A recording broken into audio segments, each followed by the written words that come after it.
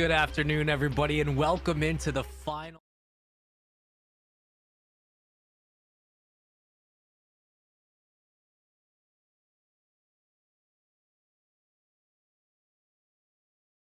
have taken. I am so excited to be joined by these two incredible analysts and casters, and well, this is going to be a fun couple of days we have ahead of us. But first and foremost, let's just talk about some stuff. I'm Spaceman, that is Fox and Allie, and we're going to be bringing you through the action here today and tomorrow. But first, let's just break it down. Fox, welcome into the show, brother. How you feeling, and how you feeling about the end of the season coming up in this first day? We got 7 weeks of gameplay left in the Call of Duty Challenger series, and we've had an exciting start, or an exciting run from spring to summer now of competition. I'm looking forward to see how it shakes up in Stage 5. Lots of crazy defeats of people qualifying just in the last few days, and it's going to be a real exciting show. Allie, we have been through months of gameplay. We have seen hundreds of players. We've seen hundreds of hours of Call of Duty content, but now we come in to the final couple of days of the regular season. All these players are gearing up for the potential playoff run they might make in a couple of weeks. What is it like from your perspective as a competitor putting in all these hours? What is the frame of mind going into an event like this with the season at the end? It's definitely wanting to see the fruits of your hard work, now that we're rearing into the last couple of events. And although sad, I'm sure for all of us, and feels like it went by way too fast, for the players, this is it for them. This is, the last couple of chances they're going to get to prove their worth. So for them, it's definitely game time. It's definitely pretty big do or die. In the beginning, they had their hiccups, they have their mistakes, you get your roster changes in, but you can't do that anymore. So this is definitely the end of the line. Yeah, I like the way you said that. The fruits of your labor, right? The dividends are being paid now. And speaking of being paid, we still got money on the line, folks. Let's take a look at the prizing that goes into this final season. You got $20K for first place. That's the same we've had all the way through all these months. So again, a lot of money if you're able to walk away as champions of your respective regions. A total of $50K to share, and $10K for second place. Third gets 6, fourth gets 5, all the way down. So top 8 will get some share of that $50K prize pool. But Fox, being in this position where for months on end, you get a chance to compete for $20,000. Again, we said this in season 1. We'll say it now. There were times where you were playing for a hotel room or, breakfast in the morning. You're getting a chance for $20K, man. What is it like? Consistency all these months along to get some of that prize money. You get that prize money, you can buy the whole team breakfast in the morning, right? That's what we love about this competition. You come up, do your best, and show off. You come home with some pretty heavy pockets, and more to look forward to in the next tournament, right? Your stock goes up, all eyes are on you, and that's got to be a great feeling. Winning combination of things to happen. Yeah, absolutely, man. And Allie, we look at situations here where a lot of these teams have made some interesting changes, but also we have a lot of staples that have stayed as a core group of 4. And we've talked many times about teams needing to stick together. No better place has that happened than in Europe. It's been a very minimal amount of roster changes. And well, even the champions are sticking together. Orglis, who were your season 4 champs, are back once again. Of course, they just auto qualified for this stage 5. You got Elevate, the runner-ups, Rejects V2, Mavericks, Team War, GCPW, all the way down for Amelia Strays, who's coming back, and Belgium Power, who will be making their return. But there's been a lot of interesting single moves, right? We see maybe one player or two jumping ship to a new roster, but the top couple of teams, we look at Amelia Strays, we look at Orglis, we look at Team War, we look at Elevate. It's always seemed like they've stuck together, Allie. Do you think that's been kind of the key to their success in this region?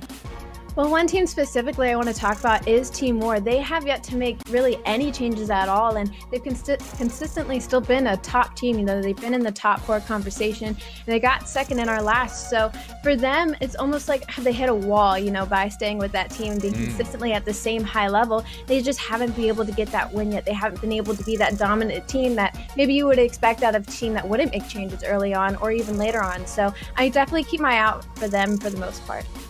And for this franchise, I mean, this is a storied roster and a storied team with that. So maybe this is the season they kick things up. But here is the schedule for today. And of course, tomorrow we'll have something different. But we have to stay here and look at the matches up first on the slate. We got Amelia Strays versus Elevate to kick off stage 5. followed by Belgium Power versus GCPW. I'm very excited for these first two matches. And then later today, we have North America. You guys know the drill now. Trash Bros versus Jabberwockies. It sounds like something Jabba the Hutt would say. And Lore Gaming versus UT Crew to round out day one of stage 5. So we got a powerhouse couple of matches here for both regions, but I just want to get your guys' opinion before we get right into game one.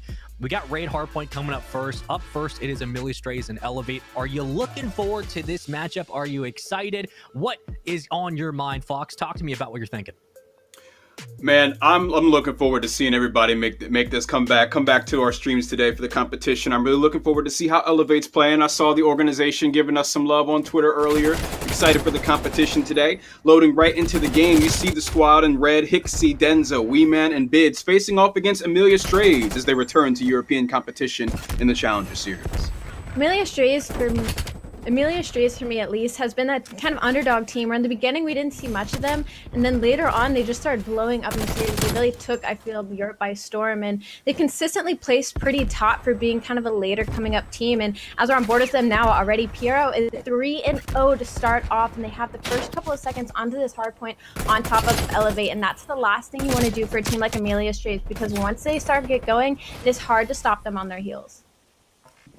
That it is. Weeman hunting, searching the hard point with the Krieg in hand. Watson just around the corner. A well-placed Semtex and some shots in his back will do it. And of course, we see the flood and the pressure continues as Hixie is able to come through with a headshot onto Chaxter. Callum responds. The support is there from Denza, pouring straight through from pillars. He wins the sub engagement. Huge stop right there with the 74U. But again, the trades back and forth, circle, not really going one way or the other. However, Amelia Strays does get most of the time. Rotating over to kitchen, we see Elevate already set up for it. Laundry given up. That's going to be Amelia Strays sending 3 players from it as one pinches through mid. A lot getting thrown into the P1 there from the side of Amelia Strays, but I mean, they didn't even need to worry about it because sure, Elevate's able to get a couple seconds, but Amelia now has spawns in the back for P2 and are able to flood in and try and get Elevate out of here, although the time is contested across the board. Number 2, Watson spawning across the map. You would think he would turn for rotation. Looks like they're finally going to do it now, as scrap time is favorably going in the way of Elevate. Kyle and Shane at home observing the tournament for us here. They're always providing the best perspective possible for the show. Thank them for that part of the production. Excellent contributions from that team. Taking a look at the rotation to garage, we see Weeman set up, ready for the initial time. Pressure coming in from Jim. It's not enough. He's cut in half. Easy way to get cut in half by the Krieg. We do see a team kill come into play. Explosions doing just that. The vans and the cars inside here, definitely a world of trouble if you're around them and they're able to be detonated. Big money hill for Elevate here as they're able to get a 30-point lead on top of Amelia Strays. Number 6, that's going to be Denza. He actually spawns out poolside behind Amelia Strays, and I almost don't want to see them put this investment here as maybe one player should make that rotation, as Lamborghini is such a hard hill to break, not to mention the trek to make it across the map. Watson and Kayla making sure none of the Elevate players make it inside to get that scrap time, but they are stuck in a bit of a spawn trap here, and they're going to have to make their way past Bids if they want to get to any of the new time going on to basketball. Amelia Strays starting to pull into this game and find us our first lead change. They will be awarded just that as the rotation comes through towards basketball court. Elevate finds themselves in position for it. Hixie will be taking point. He's got support all around Money and Kitchen from players 6 and 7, Denza and Weeman. Bids will also be holding down the objective here as he comes back from pool. So now the push from Amelia Strays. Several players are mounting an effort towards middle map, straight into kitchen. They will be met with the submachine guns here, and you see just how tough that wall is to break. Denza stays alive with the bloody red screen as the first line of defense succeeds for the side of Elevate. Perfect read out of Elevate to expect Amelia Strays to initially push that P2 hill to try and get into basketball, and they were ready for it in waiting and just kind of left Bids on his own to hold the front line. And now that is a lot of time on the side of Elevate. But one thing Elevate is struggling with a lot on this map is they're giving a lot of scrap time onto Amelia, which is allowing them to slowly but surely catch up Elevate. If they can get this final scrap time and get the early rotation, they could start making a comfy lead here going into our next set of hills. Hixie's on 5, and at this point, you have to start talking about should he be playing for streaks. There is someone up there in Money that's waiting for him. That will be someone to watch as they start to rotate to this next hardpoint column as he overlooks middle map. I wonder what Hixie does with the rest of his life here. You see he's playing so carefully. He knows that someone's going to be looking for him here on poolside. Wins the engagement on Piero as he puts one between the eyes. Still, the pressure is not up yet. The fight's not over as there are several players on mid contributing to the objective he's taken off of his streak. But what a wonderful 60 seconds of Call of Duty Hixie was able to play. We still see Amelia Strays taking point, looking through the eyes of Watson as he watches the pressure come in from poolside. Hixie was able to get 6 in a row there for his team, but unfortunately not the rotation they were hoping for, as they wanted to get that collapse onto this hill. As you saw, 2 players into the P1 side and 2 players on pool side and trying to get that collapse, but Amelia Strays were able to hang on, and now once again we're going to see a lead change. Very close game for both of these teams, and what the game has really been is Elevate getting that early rotation while Amelia Strays grabs the last 20-30 seconds. So that's going to need to change here soon, as Caleb is starting to turn and burn and hopefully light up to help carry some of his team. Callum double kill on Zig and falls, and we see Elevate only leading this game by just a few seconds despite the big show coming from Hixie on the previous hardpoint. Amelia Strays continues to put up a great fight in this game. Callum, not long ago, was 6-12. We're now seeing him at 9-14. He was a big difference maker on that final hardpoint in that rotation. And now as we see another lead change happen, he's a part of it again as they're trying to take over Laundry here. Both teams kind of matching across the board, as Callum is 9-14, as well as Bids 8-13. So both those players kind of hangling a bit on the end of their teams here, as the game is still pretty even. Elevate able, though, to get some time onto P1 here. 20 seconds left, though. Once again, it looks like Amelia Strays is going to get that scrap time, but nobody for sure is on that rotation just yet. Weeman's going to be the first one in, but he'll be met with Traxter. It's a big win out of him for his team, who are now going to have to either make their way in the back or get this front hold. Now, it is 140 to 134 by the end of P1 Hill. Once again, it is still going to be a tied game. Tied game indeed. Hixie still alive, trying to keep the pressure up. He's always got his feet moving, and that's exactly what you want to see out of the submachine guns on the side of Elevate. Moving to Kitchen, we see the initial time does go to Elevate. This was incredibly successful for them last time as the submachine guns closed down Kitchen with the quickness, but we see them being outnumbered here. The utilities coming in. Semtex is detonating behind their feet. Piera will be mounting most of that effort to take over Kitchen, and now we see it's been overturned to the side of Amelia Strays. They pull ahead for another lead change. A good attempt out of Denza to try and hold on and wait for the cavalry from his teammates for that hill, but Piero answered right back with 2 of his own. He is on a 5 streak. He needs to start playing his life here if he wants to work towards that end game. He is 20-12. Kalen, though, with a 3-piece, he will ahead and put himself at 13-16. He is now on a 3 spree, but Elevate, they are early on rotation, but this, I think, is one of the biggest leads we've seen so far in this game. Amelia Strays is going to be at 180 to 150. They are going to need to break into Lambo here, and then they could possibly run with the game. 2 players unkillable at this point. Elevate, however, though, are in a defensive position, so they will have to get selfless here in just a moment. Piero is looking to play for score streak, but nobody from Elevate is giving him a bite. Just around the corner of Jim is Denza, hugging that corner. No one will be coming in from driveway on his watch. However, straight to the front entrance here. Piero trying to bait his team. Playing for the score streaks, he's just 1 off. He's able to find the first before being taken down. I'd say that play was worth it. Amelia Strays, they're able to take over the hardpoint. Chaxter is in position now, looking over Jim for his team. Chax is a trophy there, man. Stop throwing your tacticals, as Amelia Strays wins the out trade in Lambo. Elevate, I see what they were trying to do. They're trying to play close together and hope that the trades go up in their favor, but Amelia Strays was just able to do it more, as Piero found it himself too at 23-14. He also has a minute of hill time, and not only that, they are also rotated for the new hill. Elevate needs to play a little bit of perfect hard point here if they don't allow Amelia Strays to get this perfect 60, as they are all set up in the next hill. 1 in the back. Watson, they'll have to check this corner. Bids turns. Denza as well, but they're getting shot down just that quickly. The 1 anchor in the back has been taken down. However, the remaining Amelia Strays players are right where it matters, on top of the objective. Piero, 24 kills to his name, is going to be the toughest one to take down out of this batch of guys. 1 more in the background, as well as Callum looking to take it over with a big double kill. Definitely alleviating a lot of the pressure right there and denying the high ground advantage to Elevate. Kalen pushing out of hill and getting that 2-piece while leaving his teammate in, trusting him to get the kills in the front was huge for them, as it put them at the 225 mark. And yeah, Elevate's made their way in now. 20 seconds on the clock, but look at your mini map. That's going to be 3 members of Amelia Strays already making their way towards the middle. They will be met by Hixie, but he's going to have to take down at least both of them if he wants to have any hope for his teammates, and he's going to be able to do it. That's 2 down for Hixie. Now Elevate in a prime position to get control of this last middle hill, but because it's in the middle of the map, it's going to be a lot of back and forth. They're going to have to play a lot of perfect hardpoint here if they don't want any of this time contested. Hero calling in his score streaks. That's going to make Elevate get off of the hill, but will it be enough to give Amelia Strays the ground? What a tough spot to be in. We even saw Amelia Strays had Piero set up to try and stop the scrap time from being accrued on the side of Elevate, but he was taken down, and them being outnumbered on middle map, the two players that went ended up getting shot down before they could set foot in the objective. Elevate find themselves in a good position right now to hold down the hardpoint, but they are being hit from both sides. Zig and Kitchen, you see it unfolding in the kill feed. Piero and Callum are able to open things up. Piero finding a second. He's been huge for breaking these hard points for the side of Amelia Strays. We'll have to see how Elevate responds as Hixie, once again, keeping his feet moving, is able to come through and equalize the situation. 2 on stairs, 1 back kitchen. Hixie's able to stay alive and find another gun engagement. He is just on fire right now as Elevate ties it up at 2:36, moving into the final hard point.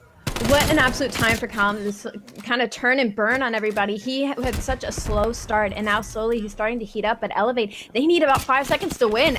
Amelia Strays need to make their way in, and they have to get all these trades going out. Callum gets shut down. 3 members of Elevate versus 1 of Amelia Strays. That's going to Piero on his own. He gets taken down. 3 seconds left. Jackster has to slide his way in, but all of Elevate is there. So Elevate will take the first map in a very scary fashion of 250 to 238. This was such a harsh game of tug of war. It really just a fight back and forth from start to finish. I mean, these guys just constantly went at it. Lead changes, hill after hill. Teams would have stellar initial setups with all 4 players in position, ready to play defense, and it was just really a brawl. They were constantly fighting back and forth, and it's a great way to start off today's stream. It really just felt like Weeman and Hixie, I mean, most of the players from Elevate, but they just had their moments where they would get the 2 or 3 that were really kind of detrimental to getting the win onto this hard point on Raid. I mean, Amelia Strays, Caleb, if he had played the way he played in the last couple of minutes of that game and since the beginning, I see this game kind of going a completely different way, but because he had such a slow start and wasn't able to make those big plays for his teammates, I feel like that was the reason Elevate was able to shut them down.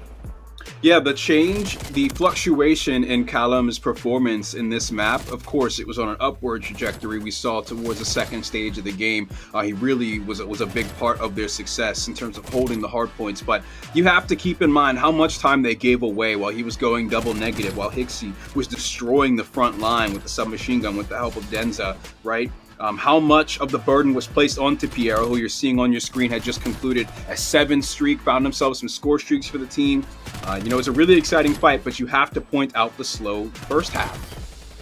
The early rotations out of Elevate to get the first couple of seconds of hill definitely helped them kind of stay in the game because they kept having to give up 30 to 20 seconds to Amelia Strays, and that's just kind of what kept Amelia Strays in the game. It's what allowed them to kind of make that little bit of a comeback. But at the end of the day, Elevate, I mean, they kept their composure, not to mention Hixie and Denza just starting to get their 2 pieces and going off, and Caleb just wasn't able to keep up. And the thing that scares me is Bids was having a little bit of a slow game. I don't feel like I really saw his presence on the map too much there, except maybe in a couple of rotations. And should he start to heat up later in the series, it'll be very hard for Amelia Strays to shut them down. For sure, I think that we saw just the caliber of players on Elevate in the moments where they can really just snap and take over the map. Denza and Hixie, I'm going to say their names again about this hardpoint. We'll probably be talking about it throughout the rest of the series as we get into Respawn, because that kind of movement and that kind of ability to think on your feet is so crucial in these Respawn game modes, and we saw it from start to finish there in that map. Absolutely, and going into this S&D, I'm definitely looking at Denza and Hixie on the side of Elevate, especially coming off after a game like that. They stay hot in their heels. Amelia Strays is going to have a lot of work to do, because when I look at the Amelia Strays, I'm putting a lot of that on Jackster's shoulders. He's continuously been a bit of an S&D star for this team and kind of led them through it, and if he's not able to kind of shut down, I feel like his counterpart of Denza, Amelia Strays is already going down into that hard point, having to go into Express S&D. Things aren't looking very up for them. Yeah, definitely a scary moment here. Hopping into game number 2 of the series shortly. We're taking a look at Express, another one of our maps coming back from Call of Duty Black Ops 2. Of course, Raid being the first in this series. If we're lucky, we'll get to see it again in game 5. But this first search and destroy here on Express, it's going to be really exciting to see how it plays, how this map evolves in Cold War versus the way that it evolved in Black Ops 2. Of course, the weapon meta being a bit different. We're not seeing snipers. Score streaks operate a bit differently in this season of Call of Duty, and I definitely think we have an exciting matchup here on our plate with Amelia Strays and Elevate. So, Ali, I want to ask you, do you see anything? Of course, we haven't gotten a lot of time with the new Amelia Strays in this season. Do you see any kind of a difference in the way that they're performing in this hardpoint compared to previous hardpoints on the street? I definitely feel like they've gotten more chemistry with each other in the beginning. Obviously, they were a bit of a newer team than we were used to seeing. And again, like I said, a little bit of an underdog team. And I feel like with the amount of practice that they've gotten and kind of continue to stay and hang with these top EU teams, they've definitely gotten a little more consistent when it comes to playing around each other and playing together.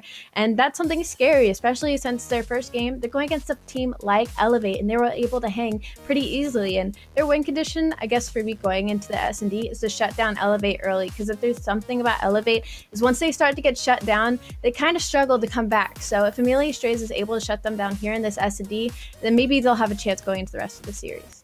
I hear you want to get the blows in quickly, you know, kind of see a wounded Elevate go throughout the rest of the map. I see the strategy. We'll have to see if Amelia Strays is on the same page. Of course, we're coming off of a bit of an upswing, even though it was a loss in that hard point in Amelia Strays' performance in this series. So, hopping into Search and Destroy, things are a bit different. Let's see how the action unfolds. Bomb already making its way towards the B site, although a little bit of a slow push. That's number 6, Watson, is kind of taking that long angle to maybe catch a player or two from Elevate, but it doesn't look like that's going to happen. So it feels like the first engagement is going to probably come down to the last couple of seconds when Elevate decides to kind of forcefully make that push onto the site. Of course, we're taking our time here. Crossfire on the middle of the map, and we see Watson from downtown with the AR is able to fire onto the ticket booth.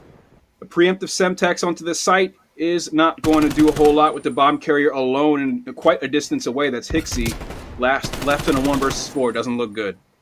A little bit of aggression out of Hixie there as he maybe tries to catch a player, but all 3 of Amelia Strays are looking down at him. That is not something you want to see. So Amelia Strays, like I said, they need to shut down Elevate early, so huge first blood out of them. And I don't believe anyone on the side of Amelia Strays fell, so I'm going to watch Hixie get taken down by Trackster once again, who I believe is 2-0 already. And like I said, Amelia Strays, I'm looking at the back of Trackster to kind of carry them through the S&D. Opening things up, we see Amelia Strays, a losing team of the previous map, get their first round win. Not a kill on the board for the side of Elevate. Bomb carrier column. They're all going to be making their moves towards the A site. The only action on the B side is the enemy team, so things are wide open here. Of course, Amelia Strays can't know this. We'll have to see how they operate as it slowly comes to everyone on the team. Trackster carefully checking those corners. The bomb's going to go down right away at A. I love the call. No hesitation after the execution.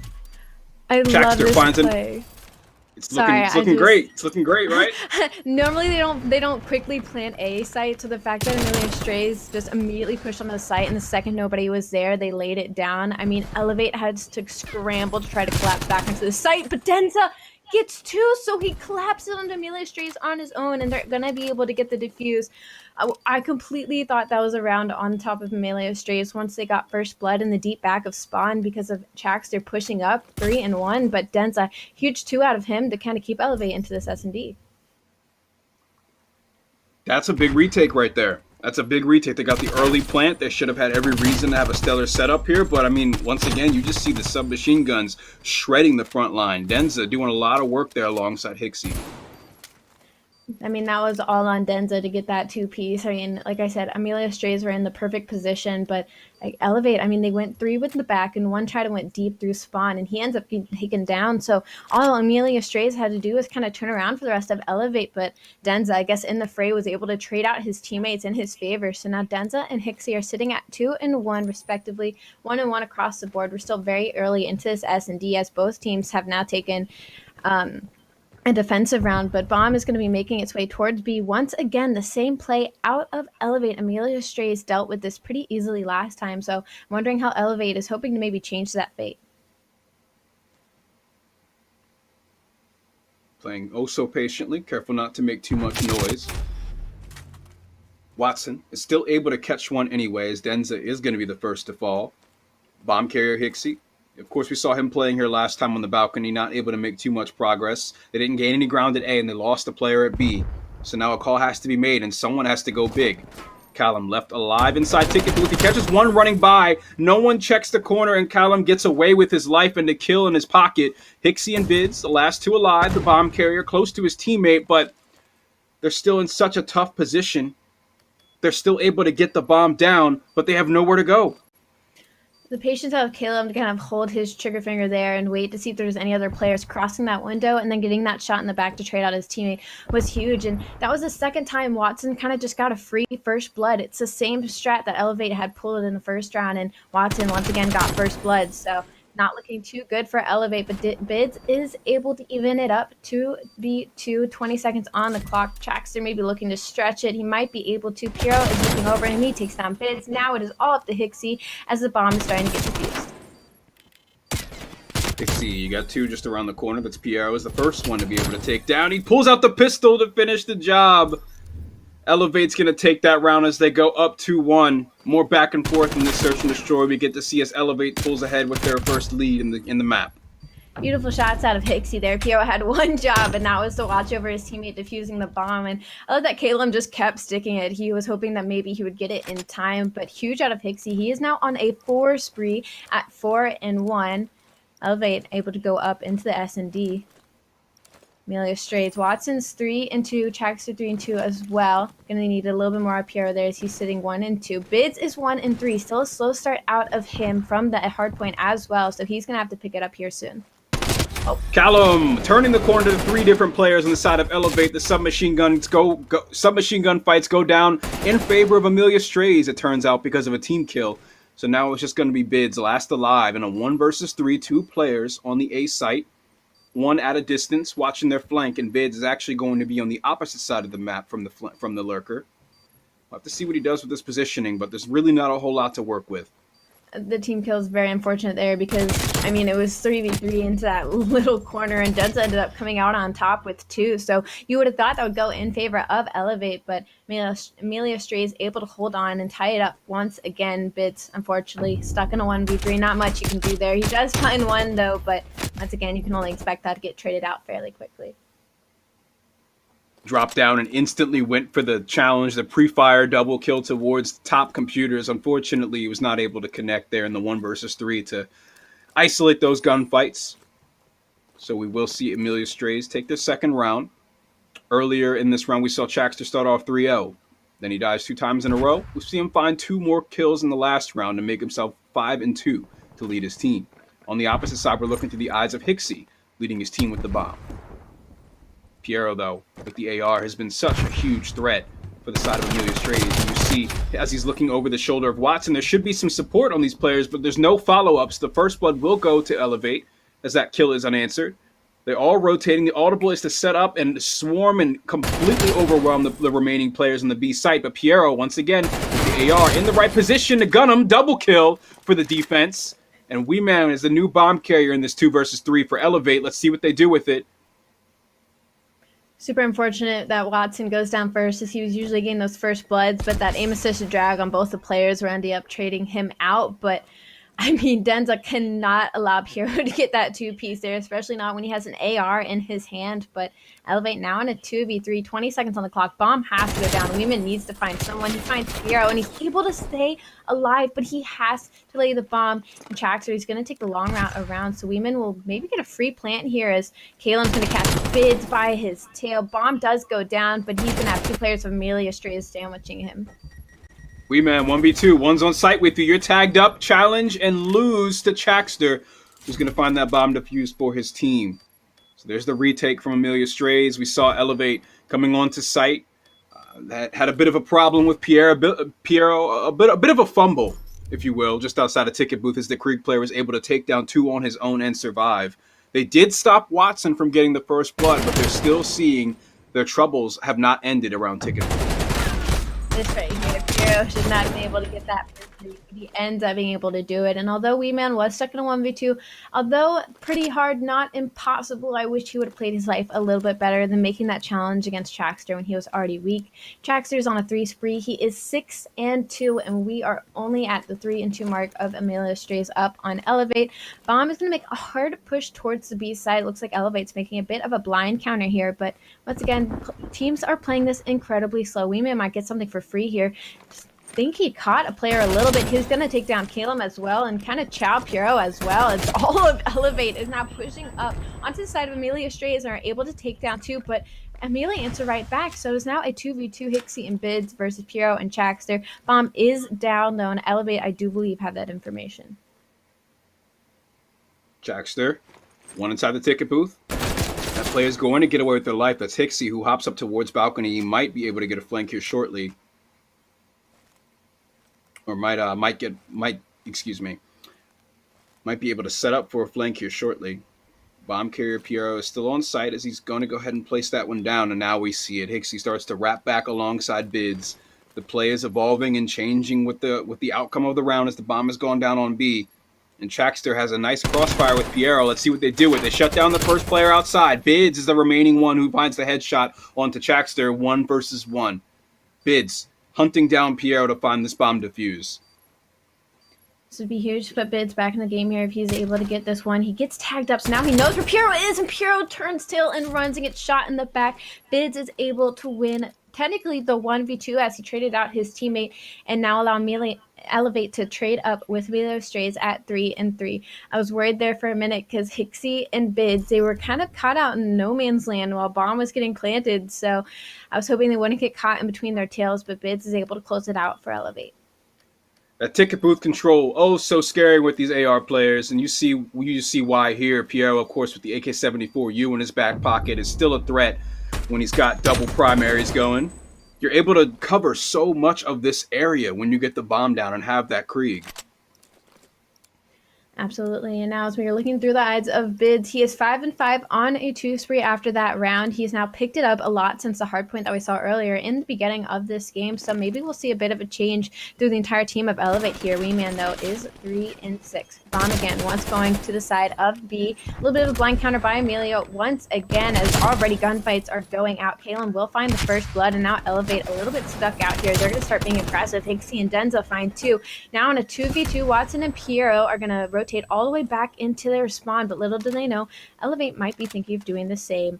Bomb should be going down for free here unless they play this way too slow. Hixie, he sees Watson, he's getting that angle onto the bomb site. He needs to lay it down now while they're making the rotation.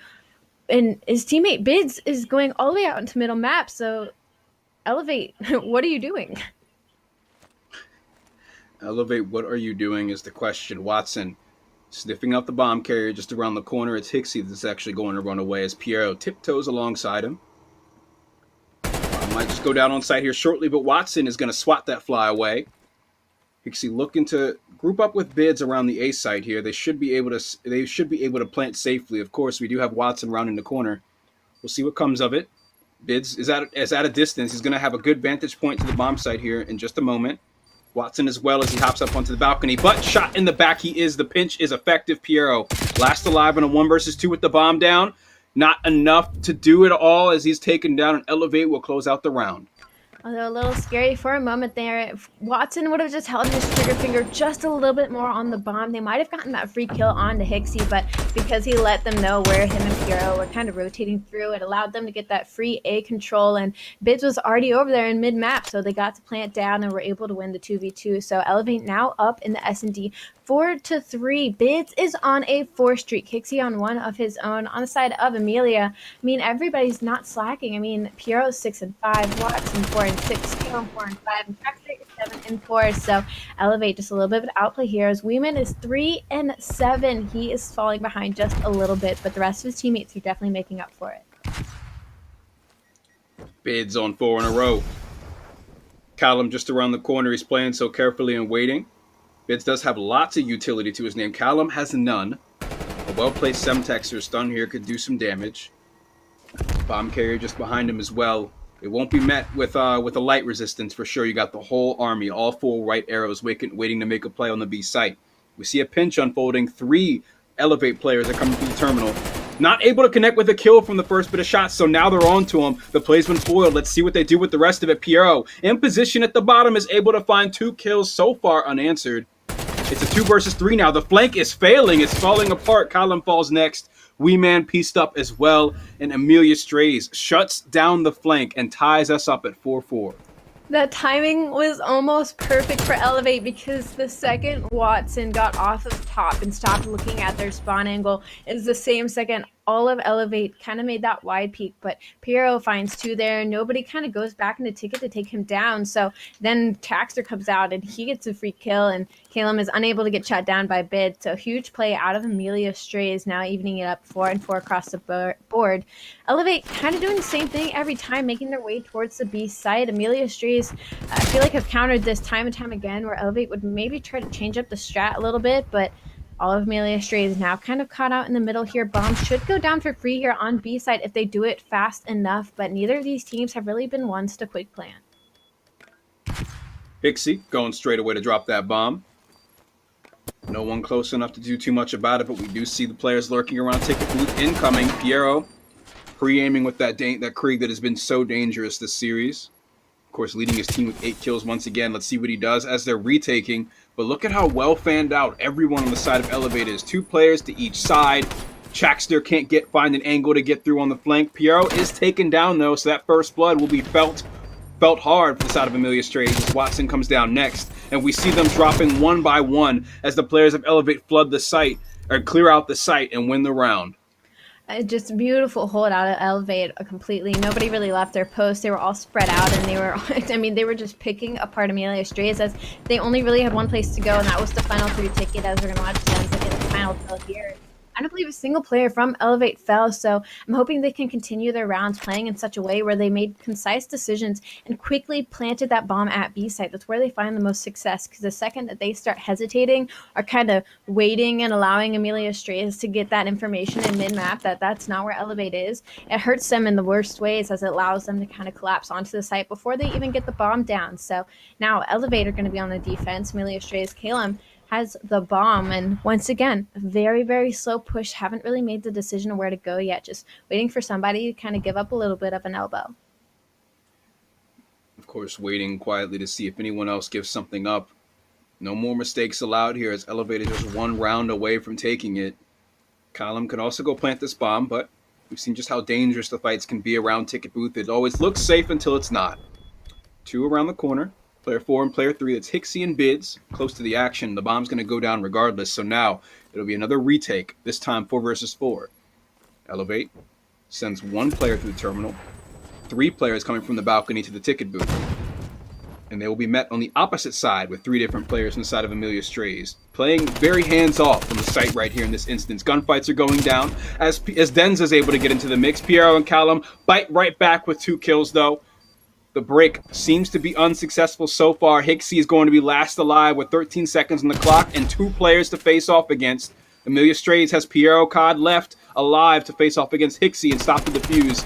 And it looks like he might be able to do just that, as Hixie still will get the round in the kill cam for bragging rights. But we are going to round 11. I can't believe Elevate didn't kind of capitalize on the fact that not only was 1 member of Amelia Strays kind of just out in the middle, kind of looking over the A side of her trains, but all 3 players had backed up to their side of the spawn. So we watched all of Elevate get onto the B site, and what should have initially been kind of a free defuse because no players from Amelia Strays were really there or had an angle on the bomb, and even if they did kind of slide out to get that kill, Elevate should have been there for the trade. So a little bit of a slip up on them. Not to mention, I almost wish Hixie would have hopped on bomb there because I feel like he possibly would have had the time after that shutdown on the Amelia Strays player in the stairs. But again, we are in round 11. Bomb is on the side of Amelia Strays. All of Elevate are now countering the B site. Why did they see this coming? All of Amelia are making their way towards the A site. Bomb carrier Amelia Strays. The bomb carrier for Amelia Strays, Callum, is close to the A site. He is alone, and we see a lot of the pressure back in his spawn is where a lot of the fight is going down. Watson will be the first to fall. He's been dying first quite a bit ever since he stopped getting the first bloods for the team in the first several rounds of this search and destroy. Jackster puts some shots down at a distance as he protects the bomb planter. The objective does go down, and now it's once again up to Amelia Strays for a retake. This time 4 versus 2, and the way that they're gunning, it's looking real difficult for Amelia Strays to hold their own. They do respond and stop Pixie, the 10-kill player of the lobby, but look, it's just they're overwhelmed, and Elevate's going to take it in round 11 just like that. Piero was in such a free position to shoot like 3 members of Elevate in the back if he had just looked a little bit more to the left side of the map. But unfortunately, he just kind of was stuck out there, and all the Elevate players were able to slip past him kind of for free. And not to mention, Wayman was able to just kind of turn around and pick him off. So Piero was a little bit of an uneventful in that round there. And Elevate coming out of that now are up 2-0 in the series. Now, if you're Elevate, obviously you were feeling very good. And that was Elevate I kind of expected to see, especially when bids started kind of heating up there near the end. That's what Elevate needed. And now for Amelia Strays, that's really scary because now all 4 players are kind of firing on all cylinders. Yeah, it's looking real good. It's looking real good. Amelia Strays forcing us to go the distance. Here we saw Piero and Watson holding it down on the B site. Lots of their presence was certainly felt on both offensive and defensive rounds, but especially in post-plant positionings. I mean, they were just so dangerous, and that's the reason why this game went so long, all the way to round 11. Elevate, though, very well coordinated team. Even the plays that failed, we saw how the gears were turning and how the play ended up developing and coming together. And really, just the coordination, I think, is what got them the edge here over Amelia Strays.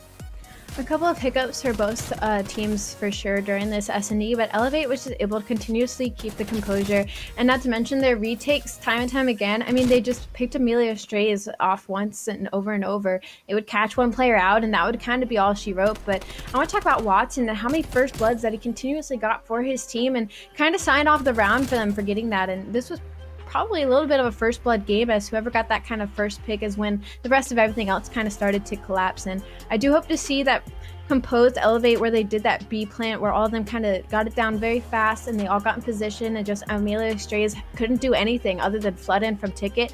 I was just a free round for Elevate, and if they continue to play like that, that is a very scary version of them that I don't feel like anybody's going to want to go up against. Oh yeah, stand your ground. Like you said, force them to make the worst decisions possible. Flooding 3 different players through that slim hallway through Ticket booth, only to come straight into the crossfire that you've already set up for them as their welcome, right? So Elevate, I think, just a stellar search and destroy from them. Amelia Strays, they certainly had some shining moments, but Elevate just had their number and constantly picked at their plays and defenses. So in this series, we will see a round 11 victory go to Elevate. The Hardpoint, an exciting back and forth game just like that one. You can only imagine the control will be more of the same. Absolutely, but I will say, going into the control, Elevate is a very good control team. That is probably one of their better game modes, I personally think. And for Amelia Strays, it's just kind of like they're okay at it. And Elevate already being 2-0 up in the series, going into this control, if you're Amelia Strays, I would be very worried. It's definitely one of those situations where Amelia Strays need to kind of chalk the first 2 maps and forget they happened, because obviously not only to stay alive in the series they have to win this control, but you do not want to get 3-0'd in the control as well as the series. And again, Amelia Strays, they have to start firing on all cylinders. I mean, I feel like I just watched Traxter constantly trying to keep his team into the game. We saw Watson get a couple of first bloods, and Piero and Caleb. I mean, Caleb had his moments, and Piero, I feel like his presence on the map was just lacking a little bit. And going to this control, he's going to have to kind of flip the switch if he wants to help his team out. We'll see what Piero can do on checkmate with the Krieg. Certainly going to be an impactful part of his team as he's been so far this series. Loading into checkmate though, as we're awaiting our players to get themselves situated and get ready for what is potentially the final map in this series. Do you see Amelia Strays, if we can see Piero on point, do you see them start to come back in this series, Allie? Personally, I'm favoring Elevate going into the control just because of their records on it. And if Denza gets into playing, that's kind of just going to be all they wrote, especially on a map like Checkmate. And the second he gets a power position, or the second Hixie gets a power position, I mean, there's just no way to shut them down. So unless Amelia Strays is able to kind of match their pace, I don't see it going their way.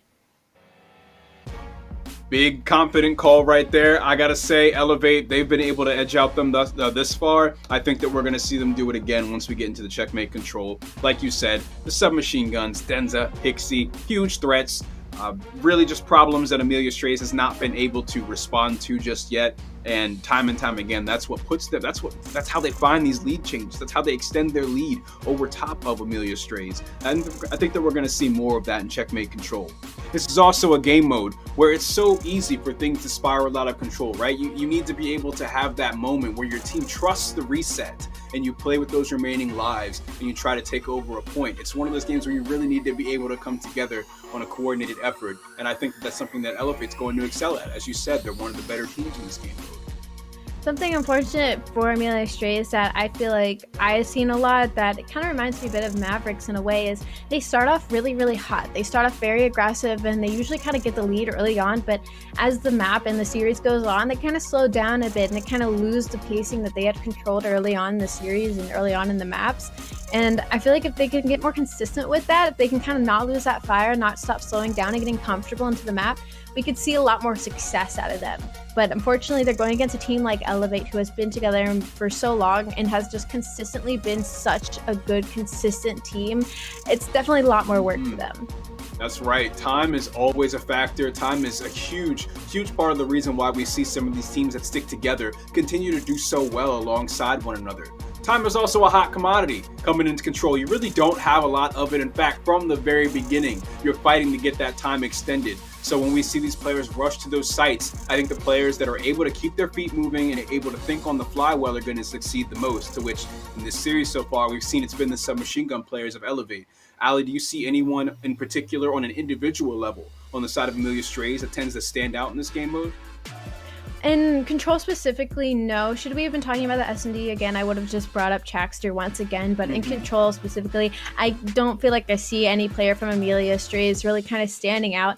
Maybe if Caleb gets into playing and is able to shut down the likes of Denza and Hixie, that could be a different story. But once again, that duo, once on a roll, I mean, that is just a scary thing to behold.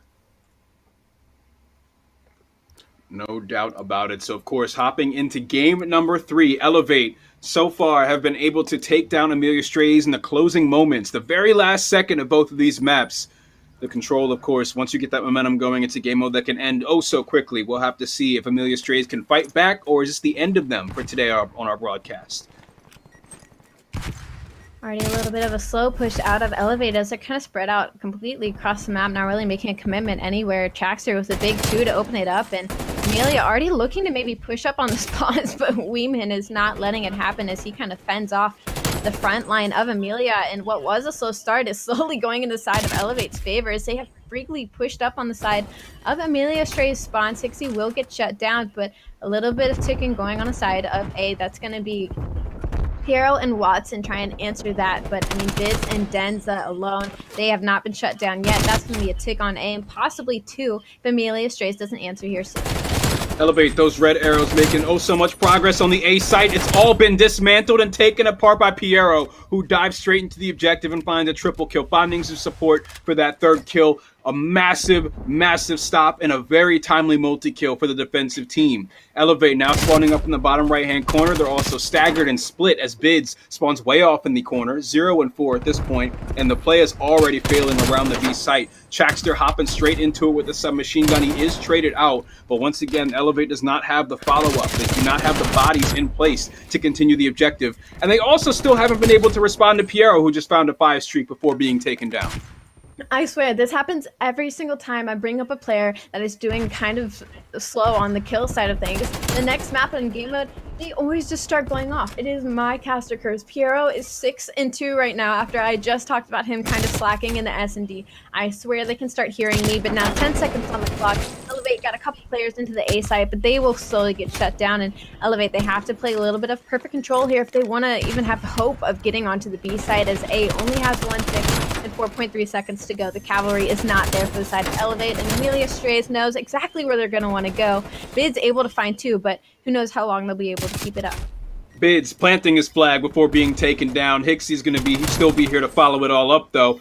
That communication playing out so well here as he's able to take down 1 player hopping off of the plane. However, the second Callum will be the one to stop him, stop the objective progression, and find the first round win for Amelia Strays. So, real tense start to the game right there as we see it once again here, but in slow motion this time. Piero This is the most climactic moment of the map so far. That completely determined the rest of the first round, I think. Absolutely. I mean, there is no reason Piero should get a free 3 there, and he is now 8-4. But Chaxter as well as 6-5, Caleb 7-4, slaying across the board. Now Elevate is down 0-1. This is the most favorable situation for Amelia Straits that they could possibly have hoped for going into this control, being down 0-2 in the series. So right off the bat, all of Amelia are trying to get a bit of playing control here as they are going for B site. Number 5, Piero is going to hang back just a little bit for that long engagement, so maybe get a little bit of a sneak push onto the A site here, but he will get answered by Chaxter. He is in lane. He will finally get shut down by Denza, and like I said, you do not want to allow Denza to get that plane control,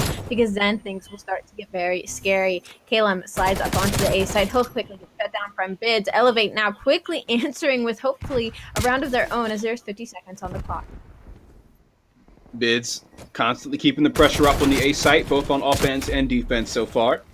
I look to see him running that route quite a few times the remainder of this control here. Just holding it down on crates. Really, no one's been able to get past him just yet. He's on 4 in a row at this point. Kind of just running the same lap back and forth as he regains his health and gets back into position with the Krieg.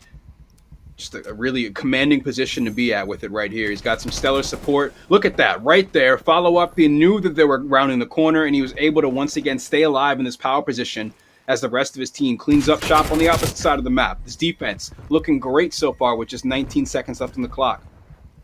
Bids a bit of a one-man army here as he is on a 5 screen. Hixie himself is on a 3 as well. I wonder if they're going to start playing for this players. We see them just dismantling Amelia Strays under plane. That is 4 all the way down. Bid's going to try and work towards streaks here as he finds another one and Elevate in a very convincing fashion. Now tie it up 1-1 and answer with a defensive of their own. Elevate, making it look good, making it look easy on the defense right there, as we saw Bids was really all that they needed on that side of the map. Of course, lots of gun engagements going down under the plane here. You can see through the perspective of Hixie how those went. Hixie was not having it. No, shut down real quick. Elevate, they look good so far. He looked like a completely different team from the first round in our round 2 of control. Hixie 12-7, Bids 10-6. That duo is on fire, but now we're gonna have to see if they're gonna be able to take an offensive. Amelia Strays, Chaxter's 10-9. He's slowed down quite a bit. Piero 10-8 respectively, as well as we're going to see a little bit of engagements here going down in the plane. Now Hixie is inside a plane. That's the last thing he wanted. Chaxter quickly shuts him down to not have to deal with that, but Denza comes out from under and gets 2, make that 3. Now on a 3 spree. Hixie was unfortunately shut down off his streaks, but Bids is still up and alive, getting a couple of free ticks hopefully onto the side of A.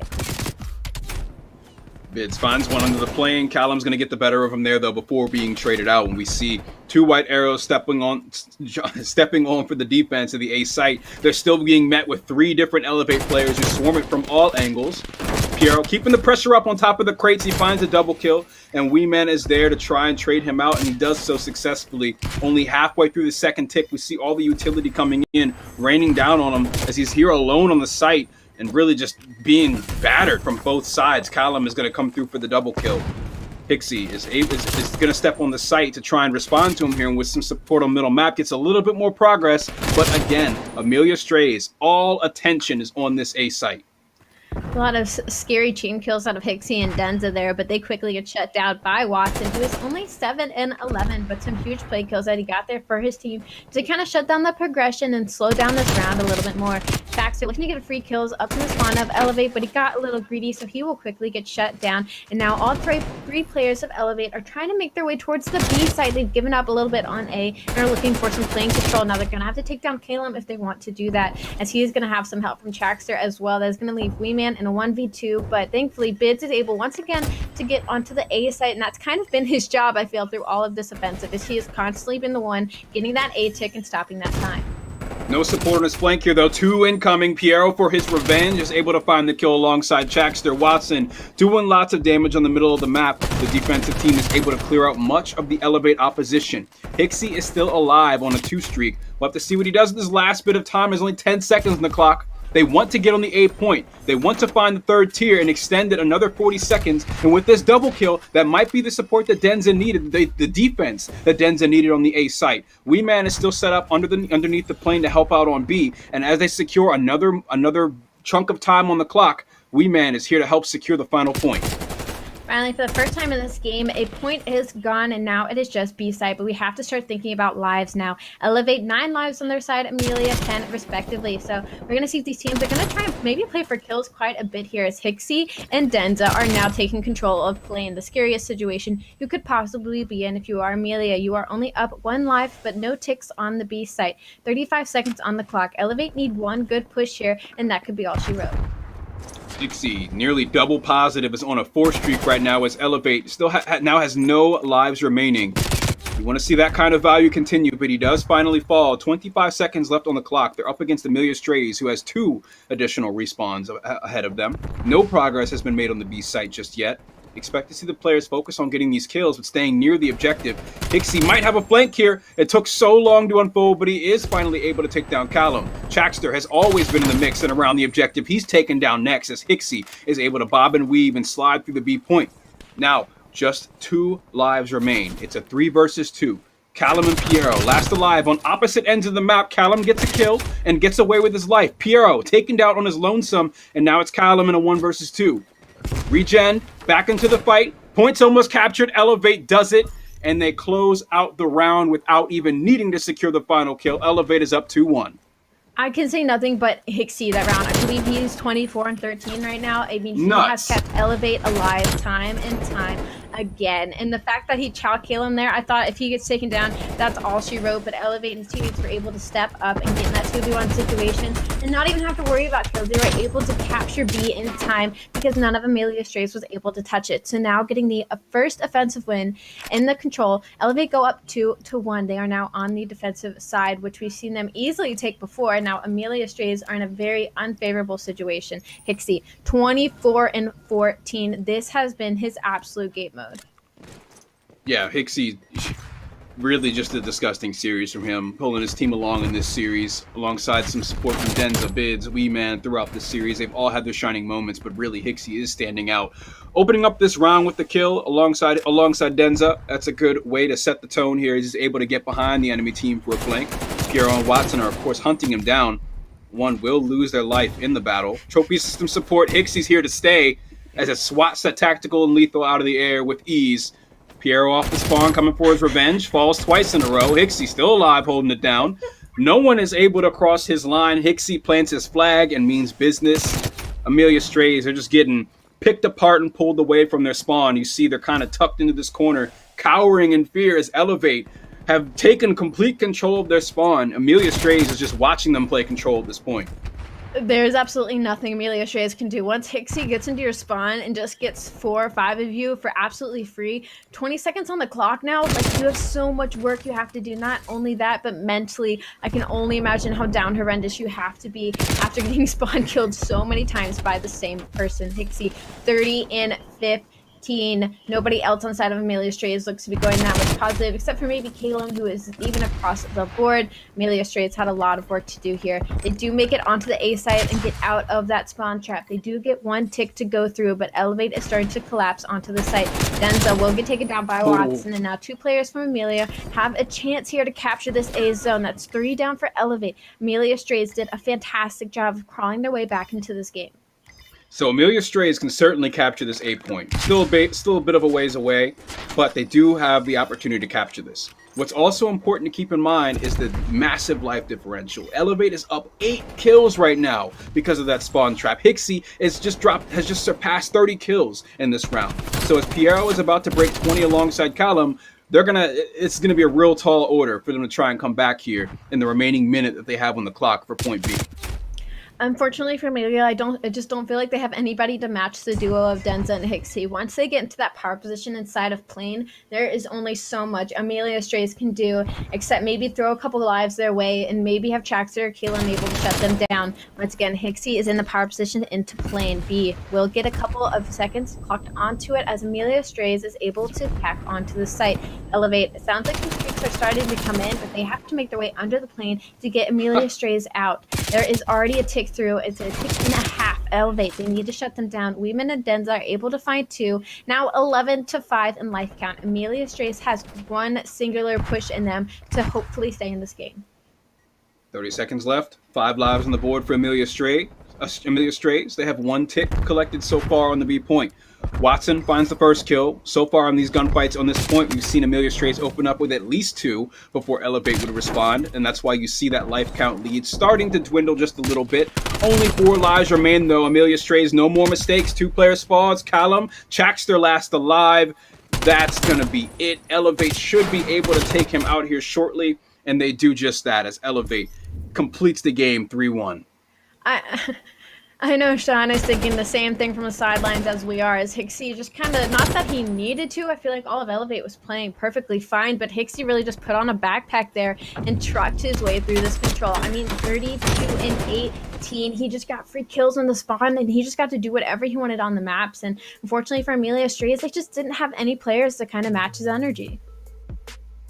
I want to know who the hell pissed Hixie off. Who did it? Which one of them? Which one of them did it? That entire series was unreal. And Ali, you made a comment near the end of that game, right, when Hixie's in the plane, you said, you know, not that Hixie needs to do this, but Denza, the combo of them together and what Denza was doing as well, like even in the opening hardpoint, there were multiple moments where Denza was able to get 2 or 3 kills breaking into a hill, but every time you thought you had a chance to funnel as a team for Amelia Strays, Hixie was somewhere in kitchen being a menace. He was somewhere in and around the hardpoint shutting down opportunities, and there was no reason for him to be that dominant in the control, and yet he did. He put up like 34, 35 kills. Unreal.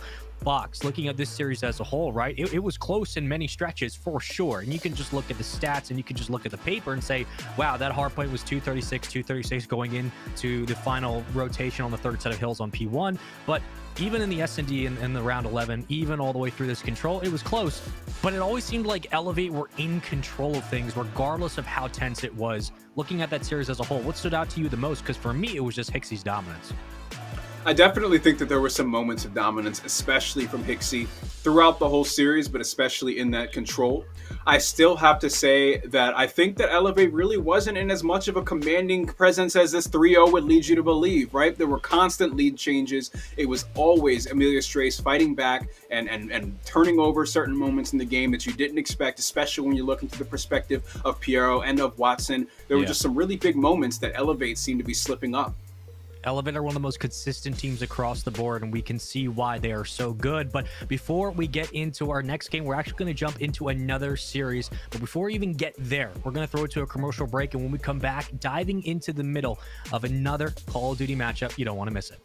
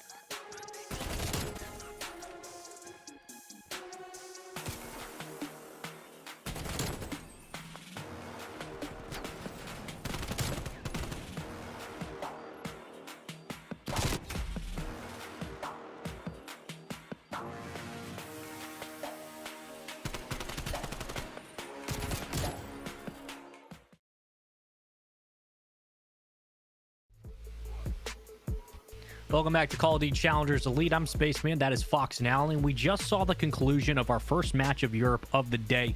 It was Elevate and Amelia Strays, and Elevate took it in close but sometimes dominant 3-0 fashion. It was an exciting one, and I hope that you all enjoyed. But before we get to the second slate of matches today here for Europe, we're going to jump into a quick one. We got Team War and Rejects V2, and we're hopping into the middle of this series. So we're going to be seeing the results from the first couple of maps. Let's take a look at those in just a moment. And we're jumping into a control, so we're basically in the thick of it here, folks. And well, we saw Elevate, we saw Amelia. Now let's talk a little bit about Team War, because they had to re-qualify through the playoffs, and now we get in a situation where, especially in the beginning of the show, Ali, you were talking about Team War as both the roster and kind of their progression here throughout the entire Elite series.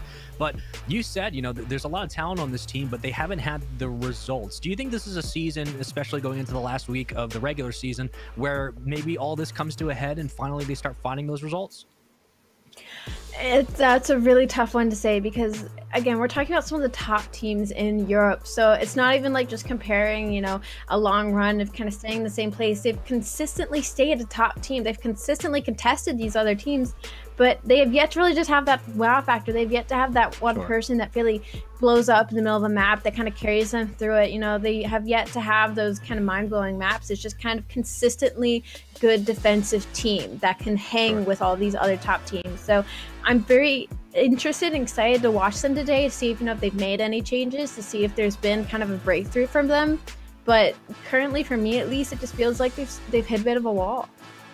Fox, we got some maps to look at, some ones to break down as well. I mean, here it is for everyone to view. Team War Rejects V2. It was Team War taking map 1, 250 to 213. They are a very, very good respawn team. You see it in the control as well. It was a 3-0, but in that S&D, Rejects bounced back in around 11. They take it, and I heard it was an exciting one. We were trying to follow on alongside in the first series, but now we go to Moscow. And, you know, Fox, North America has turned into a bit of an eights pit, right? Like, North America is literally just roster changes every 30 seconds. For Europe, we haven't seen Team War make a change. Do you think that the consistency is becoming a detriment? Because the changes that we have seen, some teams benefit, some don't, but Europe has not had that same get-go as North America has. North America's been changing rosters every day, but Europe has stayed consistent even in the top 4 teams. Do you think Team War is making the right decision, sticking, you know, with the same 4 all the way throughout this entire year? I know that we're not seeing the most impressive form of Team War at this moment, but I do think that there's a lot to be said with the way that players like Journey and Metals and everyone on this roster are able to bring it to the competition in Europe every single season. I think that there is a lot to be said to the benefit of Team War sticking together even through the lows, and I think that we're only going to see more of that with seasons to come as they choose to, again, remain together and maintain that unity. Now, going into this series, again, currently Team War up 2-1. They take this Moscow hardpoint, and it's about done and dusted. You got a standoff for Game 5 if necessary. We see a standoff a few times. It's willfully come into the rotation, and it's been great to watch as well. I mean, finally, we have a kind of a thick map pool of just old Black Ops 2 maps that seem to really play well with ARs and subs finding the rhythms. But, Ali, this far into the season, is it good enough to just be known as a good respawn team and being able to survive on those alone? Because a lot of these games can be swing modes, or do you think that a team like Team War needs to find that consistency again in S&Ds going into kind of what seems to be the last ditch effort of making a run to playoffs later in a couple weeks? Well, which obviously, you know, if you win all the hard points in a series, I mean, to be said, you win the series, but something that's been kind of a consistent throughout all of COD years, all of competitive COD, is, you know, you win S&Ds, you win the series. You know, S&Ds are what wins the map count. And I feel like for Team War, even if it's just every once in a while, they kind of grab that S&D off of a team.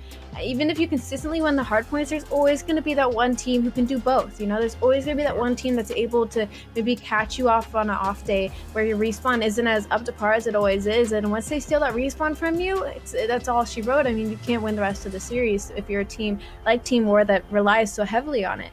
So it's definitely a toss-up, but something I guess I want to touch about with Team War is I definitely respect the decision not to trade out teammates, not to make any roster changes. And the only reason I say that is because it's one thing where, you don't make any roster changes and you are consistently a top team. You're consistently impressing. You're consistently in the top contenders conversation. Whereas you make a roster change, it is a 50-50. You make that roster change, you could plummet. That could be all of the work, all the chemistry completely gone from your team. Or you could maybe make a singular step up and instead of being top form, maybe end up grabbing a couple wins. It's such a toss-up. So I respect the decision to keep the team that they have, to keep the consistency, keep the chemistry that they've worked so hard to build, and just be kind of a top 4 team. Now, we look at this series as the layout itself, and you get into situations where you push this to game 5s, maybe it's something different. Maybe we'd be looking at Rejects being able to take it, right? That they take it in around 11, so consistency is there for sure. But going into Moscow, what's the one takeaway, Fox? If we're going into this series, a lot of times we talk about the AR battles, right? Looking at one player from Team War or regardless for Rejects, what is the one key takeaway that going into this viewers should know, or that you guys are specifically looking for as you watch this series play out and what could be a 3-1 win from Team War if they're able to take the respawn? Hey, look, if you're coming to watch Team War, you're just looking for those explosive moments out of players like Journey and Metals. These guys time and time again come through with some serious haymakers of performances in these maps, and especially when it comes to respawn game mode, don't sleep on them. Yeah, absolutely not. And, we've seen a couple of players bounce around, right? Like, we've seen players who rose to the occasion, seasons 2, 3, and I want to say near the beginning of 4 for, like, players like Nvidian. Yako, who's had an incredible year joining this Team War roster. It seems like we're finding teams making smart but minimal decisions as the year goes on. And, North America, we'll talk about that when that comes up later today, but there is a volume of changes that have happened in, such a short amount of time that you don't get a lot of chemistry with your teammates. But bringing in someone like Yako for this Team War roster, I think Yako has had a phenomenal season in Challengers, and I'm more interested to know, again, will it pay dividends down the line? But before we get into those discussions, which we can have all day by the fireside, let's get into map number 4. Let's get into this Moscow Hardpoint. Fox, Ali, enjoy the end of this series, and let's see if Team War can stay consistent. The only thing I can really say about the side of Rejects, not too many names that I know of, except for maybe Saiyan or Connor, but they did have a very long losers run in qualifiers, so we know that they can kind of go the distance, and going up against a team like Team War, they definitely are going to have to do it here. In this respawn, since they haven't won one in the series yet, already off the bat, Team War is in the hill, getting the first couple of seconds, kind of putting Rejects back on their heels as they're struggling to make their way to past the midline. Initial hill time going to Team War here. Metals is still going to be alive in the hardpoint as he watches his teammates all drop around him. Even with those 2 kills, Rejects, they're only just now setting foot into the hardpoint, and Saiyan has still been unable to find Metals just around the corner. He should have a good moment here to win the next engagement with Metals having an AR, but the support comes through and he ends up being taken down, losing the submachine gun battle, and Metals stays alive throughout pretty much this entire engagement. Team War is going to be up by almost 30 seconds and counting as we rotate to P2 in this hard point. So right now we see Rejects in a defensive position, and we talked about some of the players on here and how it's kind of a ragtag team. We see a lot of roster changes and shuffles going around, but someone that has seen a lot of time in competitive Call of Duty is going to be Hockey. Currently sat at 0-3. He is the first one to fall in this wave of engagements, and you see the man doing the damage right here on your screen. That's Journey, who's able to stay alive, clear out the base, but players 1 and 2, Saiyan, they're all still alive in the back and messing up the spawns for this hardpoint. Connor was deep in backstreet, kind of just playing his life as Journey was kind of wrecking through his teammates through the front. Journey being able to get 3 there, it should never happen, especially when one of your teammates is all the way deep in the back, kind of just not doing anything because it's not like there's enough presence there to hold your team spawn. So now Team War is up almost 40 points, 46-11. They're going to get the scrap time, and number 7, Journey, he's already on rotation, and he's already shut down Saiyan all the way through the back of next spawn. Now if Journey just plays his life here and waits for his teammates to put some pressure into the front, already Rejects could get flipped out here very easily. Journey's trying to get a couple kills. He will finally get taken down, and no teammates are able to help him just yet. So a good rotation out of Rejects and a good hold as they were able to clear out their spawn so they don't have to worry about Journey shooting them in the back. But now they have to worry about the push from the front out of Team War. Big chunk of time on P1, great pressure on P2, and Team War still leads by about 40 seconds. as we get into P3. However, the control is in the hands of Rejects, as Disable has been able to mount up nearly 30 seconds of time on this hardpoint uninterrupted. First player coming into the action is Yakko, who falls all on his lonesome. Coming from escalators and the flank are the remaining War players to try and complete the rest of what is a pinch that is just really falling apart in their hands, crumbling like a cookie. Yakko is still able to get near the objective and stay alive after finding his kill, but with just 15 seconds remaining, there's got to be diminishing returns for this play here. Just around the corner, Disable and Yakko ready to jump and snap into action as Connor finds a double kill. Excellent defense once again as Rejects have pulled themselves ahead for our first lead change. A lot of investment out of Team War for a very small amount of time. I do understand that you do want those spawns going into the next hill, but when you are constantly pushing bodies on ult when there's 10 seconds left, you're going to put yourself in a tough situation. Not to mention, Color had gotten on a 3 spree, so you do not want to allow them to get free shooting practice onto you as they warm up as the game goes on. Almost tied across the board, Team War are able to stay alive and stare out the rest of Rejects from the next hill and force them to spawn across the map. This is huge time for Team War because they allowed Rejects to basically get uncontested 60 seconds of time onto the last hill. Team War now need to answer with some of their own to going into the next set of hills. Pressure mounting towards the middle of the map. We see players 1 and 2 pushing their way through here. Yakko would be there to meet them if he's attentive to the attack coming up on this power position right next to him. I think he's intentionally angling himself away from it, and we see Team War mounting a lot of time here to increase this lead that they have against Rejects, who had just served us our first lead change in the previous hill. And we see the defense once again on P1 going in favor of Team War as Yakko finds himself on a 5 streak. Trophy system support down. Hawkey still ends him though, cutting off the streak, the score streak progress that was being made in the middle of the map. Team War, once again, still able to keep the pressure up on this middle hard point. And we see Journey kind of playing it safely, waiting for some support. He sees 2 of his teammates fall and decides to back up and get out of that action. Respect the play for sure. Unfortunately, Journey and Metals kind of opted for the rotation on the street control instead of actually getting into hill, which allowed Rejects to kind of get the free 3 players on top of that stack and just allowed them to get a couple of free hill time. But 20 seconds left. Team War is in a position to possibly get a money hill going into this P2 as they still hold the lead, so they can give up some of this P1 time here now. Looks like Lucky and Yakko are going to try and fight for it a little bit as Yakko finds 2. Only 7 seconds that they're fighting for, but nonetheless it goes their way. But number 3, Disable, I almost wish he went the long way instead of rotating into middle because he now gets shut down. Street a little bit open though as Metals is not looking down that way as Disable's looking to maybe sneak his way by. Moving along to P2, we see the Lurker. Yakko is up towards Bricks. Lots of pressure is mounting towards Street, though, as we see 3 different arrows coming from that direction. Player number 2 as well, Saiyan, coming straight through middle map for all the pressure to converge onto the hard point, and they fall 1, 2, 3, 4, just like that in an instant. Full wipe as Team War is able to get the first 30 seconds of this hard point time, and they're in a great position to just do it again. Gunfights are going down on middle map. They have to answer the Journey. They do it after he finds his first kill, but of course with Team War having that first blood advantage and having Yakko at nearly double positive on the hard point with more score streak progress, it's spiraling out of control in favor of the Spanish team.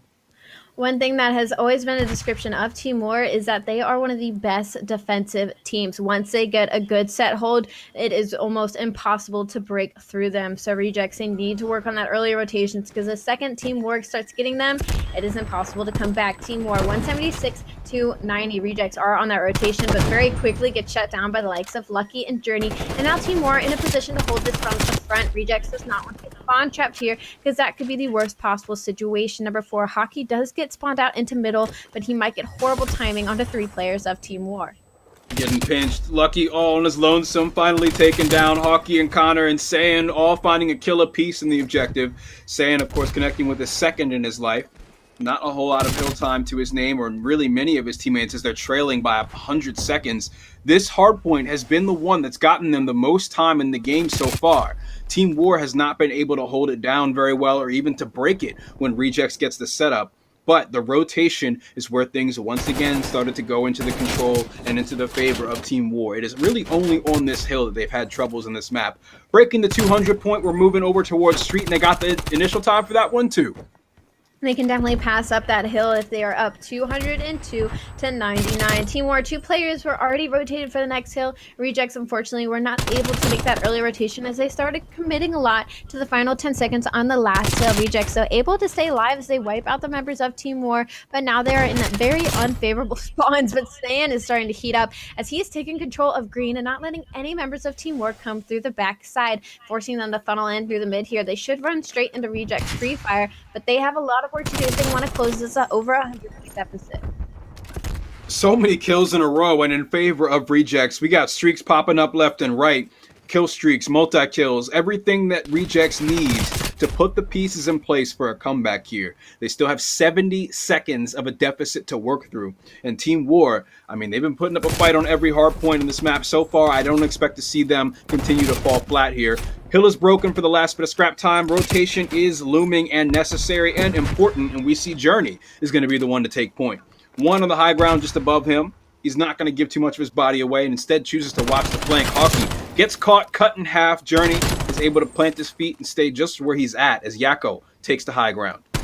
A lot of trust on Journey's shoulders as he was kind of left on his own as 2 of his teammates kind of fought for that scrap time on street to get that control, and he was able to get those early rotation wins. So now they were able to get to 231 to 141. Not to mention Yakko is sitting 23 and 14 on a 2 spree, but also because of his teammates winning those early rotation gunfights, he's been able to just kind of run around and do whatever he wants. Rejects, again, they have to play perfect hardpoint here if they want to take this off of Team War, as 2 members, 5 and 6, that's going to be Lucky and Metals, are already set up in the deep back for P2. Rejects here have one chance to take those 2 out if they want to stay alive into this hardpoint and not lose the series. Team War, though, is not looking to let it happen as Journey takes down one. He's going to get that initial time. Disables left on his own. He will find Lucky, but he's going to have to find Metals as well as he loses that gunfight. 2 members, Rejects, are pushing up street side. They're able to take him out of window, but 3 members of Team War are very close behind and getting that initial.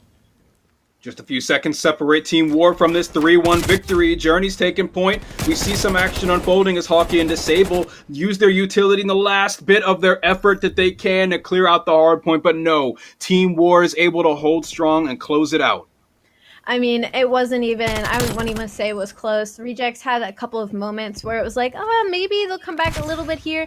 But really the only hope they had was on that P3 hill. And even then, they weren't really able to make it turn into anything. Team War just showing how dominant they can be and respawn once they start getting those early rotations. Yeah, I mean, it was really a tough conclusion to that map right there. You kind of saw the players of Team War were just able to shut down the likes of Connor and Hawkeye, who were just very much so a non-factor in the second half of that game. Man, in season 3 or near the end, at the end of season 3, when War did make that change, and I thought, you know, Invidian was a hell of a player and he was going to land on his feet anywhere. They bring in Yakko, and I was like, okay, you know, this is an interesting move. Yakko's had a great season. I think it's clicking, guys. I think the Team War we expected, the storied careers of these players and the knowledge that this organization has in amateur Call of Duty, I think it's finally clicking. I think we're getting that Team War that we had expected for seasons at this time. Yakko had a great game, and what more could you honestly say? I got a text right as that game was going on from Brody, who's currently working on the community stream. Shout out to him, and he was like, "Man, this matchup, this series we just had, which we just pulled up to the mainstream," he was like, it was explosive, it was unreal.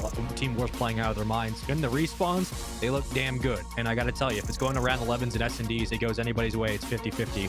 So this could have been a 3-0, but I mean, Fox, you kind of hit it on the head there, and Alley as well. You talked about this wasn't really close. I mean, just watching that, I looked down for 1 second, do some notes, look up, and it's like 299. I'm like, okay, that was a quick hard point. Alley, what stood out to you the most? I mean, you talked about it. Didn't seem Rejects were able to really find their footing, but was it just the slaying and the overwhelming presence of Team War on that map?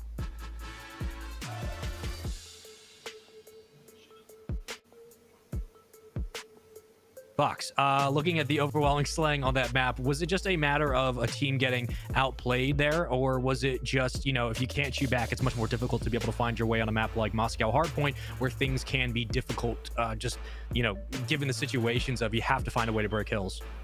Man, Team War was muscling through them. I mean, there were some moments that we saw. I think it was on what, P3, where they constantly had struggles. They couldn't break. They also couldn't defend when they were able to get into the hard point. But overall, I mean, it was just way too much for the likes of Connor and Hawkeye to handle, I think. Sure. Yeah, and let's take a look at the schedule for today, because again, we've hopped into a couple of different games, but we already had our slated match here on the mainstream. It was Elevate versus Amelia Strays. It was the 3-0, and it was close. A lot of the games today have been going to the wire. We expect nothing less in Europe, but nonetheless, it was 3-0 for Elevate, defeating Amelia Strays in the first game. There we go. And Belgium Power versus GCPW will be coming up next here on the mainstream, followed by North America at 5 p.m. Eastern, 8 p.m. Eastern, 5 Pacific. Trash Bros, well, I'm excited to see them. They were our Season 4 champions, and that's going to be an exciting, not only matchup to watch, but I want to see if that team can maintain that consistency. But kind of closing out how this first matchup went, let's jump back a little bit. Let's jog our memories of how Elevate and Amelia Strays played. Elevate runner-ups, right? They've always come really close to winning the championship here in Europe, but they have to go through Orglis, and I believe actually Elevate are playing Orglis off stream in just a couple of moments. Allie, do you think that this Elevate team, with the consistency they're playing at, and it seems like the polish is there. We talk about polish a lot with players and teams as seasons progress. Hixie's looking great. Denza's looking great. Bids and Weeman together are a powerhouse duo. Do you think that Elevate are going to be a top 2 team again this season? And do you think that they're going to have what it takes to be able to close the deal going into the next couple of weeks? Oh, absolutely. Not to mention, I feel like earlier we didn't even see like the best of the best out of Elevate. I thought Bids had a little bit of a slow start. We didn't see as much of Hixie as we saw later on in the series. And then as they all slowly started to heat up, that's when we really kind of saw what they could possibly do. I mean, the fact that a player like Hixie can just kind of take over a map like that is very scary for the rest of these European teams, because not only can he take over the map, he has the backing of not only a duo like Denza, but he has Weeman and Bids on his sides, all around the board. Fantastic players. So I think if Elevate starts off hot continuously, firing on all cylinders, they could easily not only be a top 2 team, but I could easily see them possibly taking Orglis, to a game 5 or winning over them. Yeah, that's the scary thing right now for Europe, is that the top teams just keep getting better each season, and I'm excited to see what those matchups look like. But before we get to our second match for Europe of the day, we have to go to a commercial break, and when we come back, the last matchup for Europe here on the mainstream. You don't want to miss it.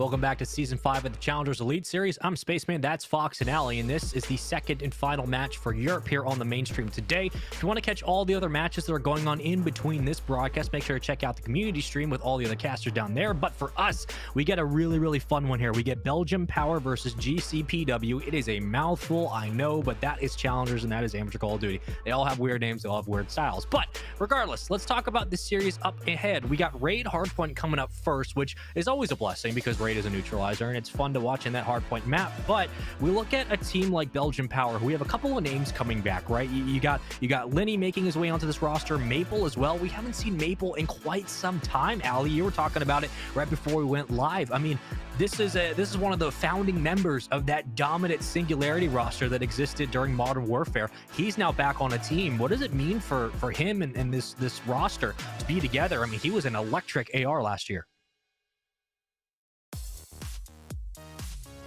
I feel like it's a little frustrating for sure to be on that level and kind of falling behind the rest of his teammates. You know, you have the player Bins on Elevate and they found a lot of success. And I'm sure for him, at least, having to constantly be on all these different rosters and trying to make them work, especially this late into the game, has to be really frustrating. But seeing him and Lenny on the same team together, I'm expecting a lot of great things out of them. And Fox looking at them. Oh, go ahead, brother.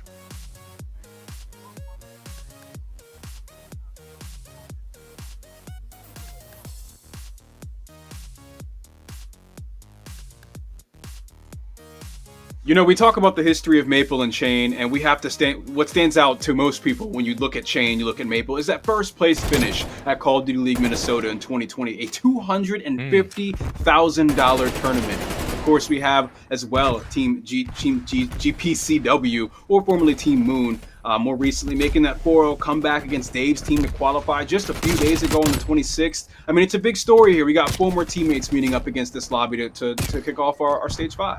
Yeah, and you look at that old Team Moon roster, but again, Genesis and Pete remaining that duo who came over from Team Obtain, so there is some history there, some similarities, but basically everyone else, this is one of the matchups that has the most thrown together players, and that's not a negative slight by any stretch of the imagination. It's just the way that Europe works. There have not been that many roster changes, but this might be the one that breaks the tide. So far, we get into map 1 here of our series, our second and final series of the day for Europe, Belgium Power versus GCPW, and off the start, it's a decent lead, but not a great one as the lead goes back to GCPW. Looking through the eyes of Maple, can be a pretty devastating AR player, of course, commanding presence here on Zeus Tree, which is why you're going to see so many players prioritizing him. Look at them jiggling around the tree for cover, keeping himself alive for just a bit long enough to get some support here. Lenny still inside the kitchen with the AR. Just around the corner, we got Maple off spawn as well, with more support looking over towards Pillars and Circle, as all of the players of GCPW will be spreading out from Circle. We got one going towards Art, we got one going towards Middle, and the lone player that stayed and went towards Zeus Tree Falls. So we see a very staggered push, and not a single player of GCPW was able to hop into the objective on that day.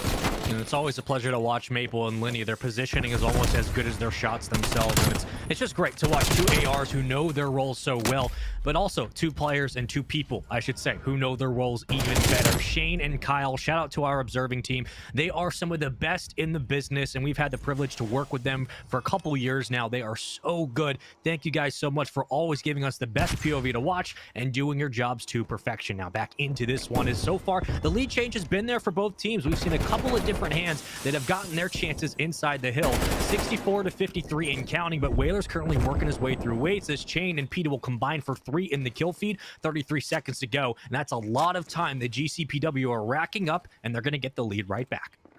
Lenny, 10-5. First player in the lobby to break 10 kills, doubling his second place teammate. That's going to be Maple in the kill column, but they're still trailing behind GCPW by about 10 seconds as they're maintaining the scrap time of the Garage Hardpoint. And now you see the efforts on basketball court start to unfold. Maple, playing a bit of a lurking role around Laundry, is finally going to be taken down. That communication goes to the players playing on top of the objective, and it still isn't enough. Lenny ends up falling, and their last line of defense is now gone. It's all up to the players on the objective to hold it down and maintain control of the hill. Genesis off a spawn is setting up for a pinch. It's looking real troublesome on the objective here as Belgium Power is starting to get overwhelmed, and the hill is flipped just like that back to the winning team. Belgium has stacked so many members inside of basketball, but they all fall so quickly. Again, a couple of multi-kills coming through. Chain currently on a 7 spree. Does he get close to streaks? 1 kill is all that's needed, and with a couple of more assists, he will earn it. Lenny with the beams, but Chain throwing some right back in his direction. Here comes a challenge, and the teammate support is there. Maple working his way down the steps, but don't worry, full streaks here for Chain. 11-4 on an 8 spree. Things are looking good, and the ARs are doing their job to perfection. 120 to 75 all the time here for the boys in blue, and on that rotation, yeah, it's going to be difficult, but streaks will help to open up the map. 8 kills in a row, double streaked up on this beautiful estate. GCPW has got to be feeling good rotating to the final hard point in this hill rotation. 2 players are on defense inside the objective, surely to be cleared out soon by some missiles dropping from the sky. Chain will be the one to do it. They end up falling just before that, though, and it ends up not even mattering. Objective turned over just like that. Back to the winning team. A 50-second lead. It's empty as Chain ends up killing his teammate, but they're still holding down the pool. Chain now finds 10 in a row, 10 unanswered, and Belgium Power, they're fighting, but they're not fighting hard enough. Oh god, Chain almost sent him to the Shadow Realm, but we talk so much about the ARs and what they can contribute on the field. We also have to talk about the lack of sub-presence that's been there for Belgium Power. I mean, you look at 9 and 9 for Maple Shore, but for Brizzy, like 7 and 11, 5 for 10 for Abuza. This is not what you need on raid. Yes, you have lots of sites where ARs can eat, but you also have so many lanes where the subs need to pick up the slack and help the pressure off of the AR shoulders. They're not doing their job, and the score is reflective of that. Every single break has been there for GCPW. Now we go back to P1. This is a hill where you can turn things around and bring this game back with a full 60. It's up to Abuza on the initials inside the hill. Chain, triple positive. Team's leading by about 50 seconds. Some more score streaks dropping down from the sky as Belgium Power thought they were in control on Circle, but they do still have control of Laundry, which is going to be so important to determine how the rest of this hill goes. Looking through the perspective of Petey, he falls just like that as 3 straight go in favor of Belgium Power. Breezy able to come through and find 2 major kills on the objective and claim it as his own. Chain just around the corner as well will be taken down. Breezy shut down off of that streak, but he has Abuza to back him up.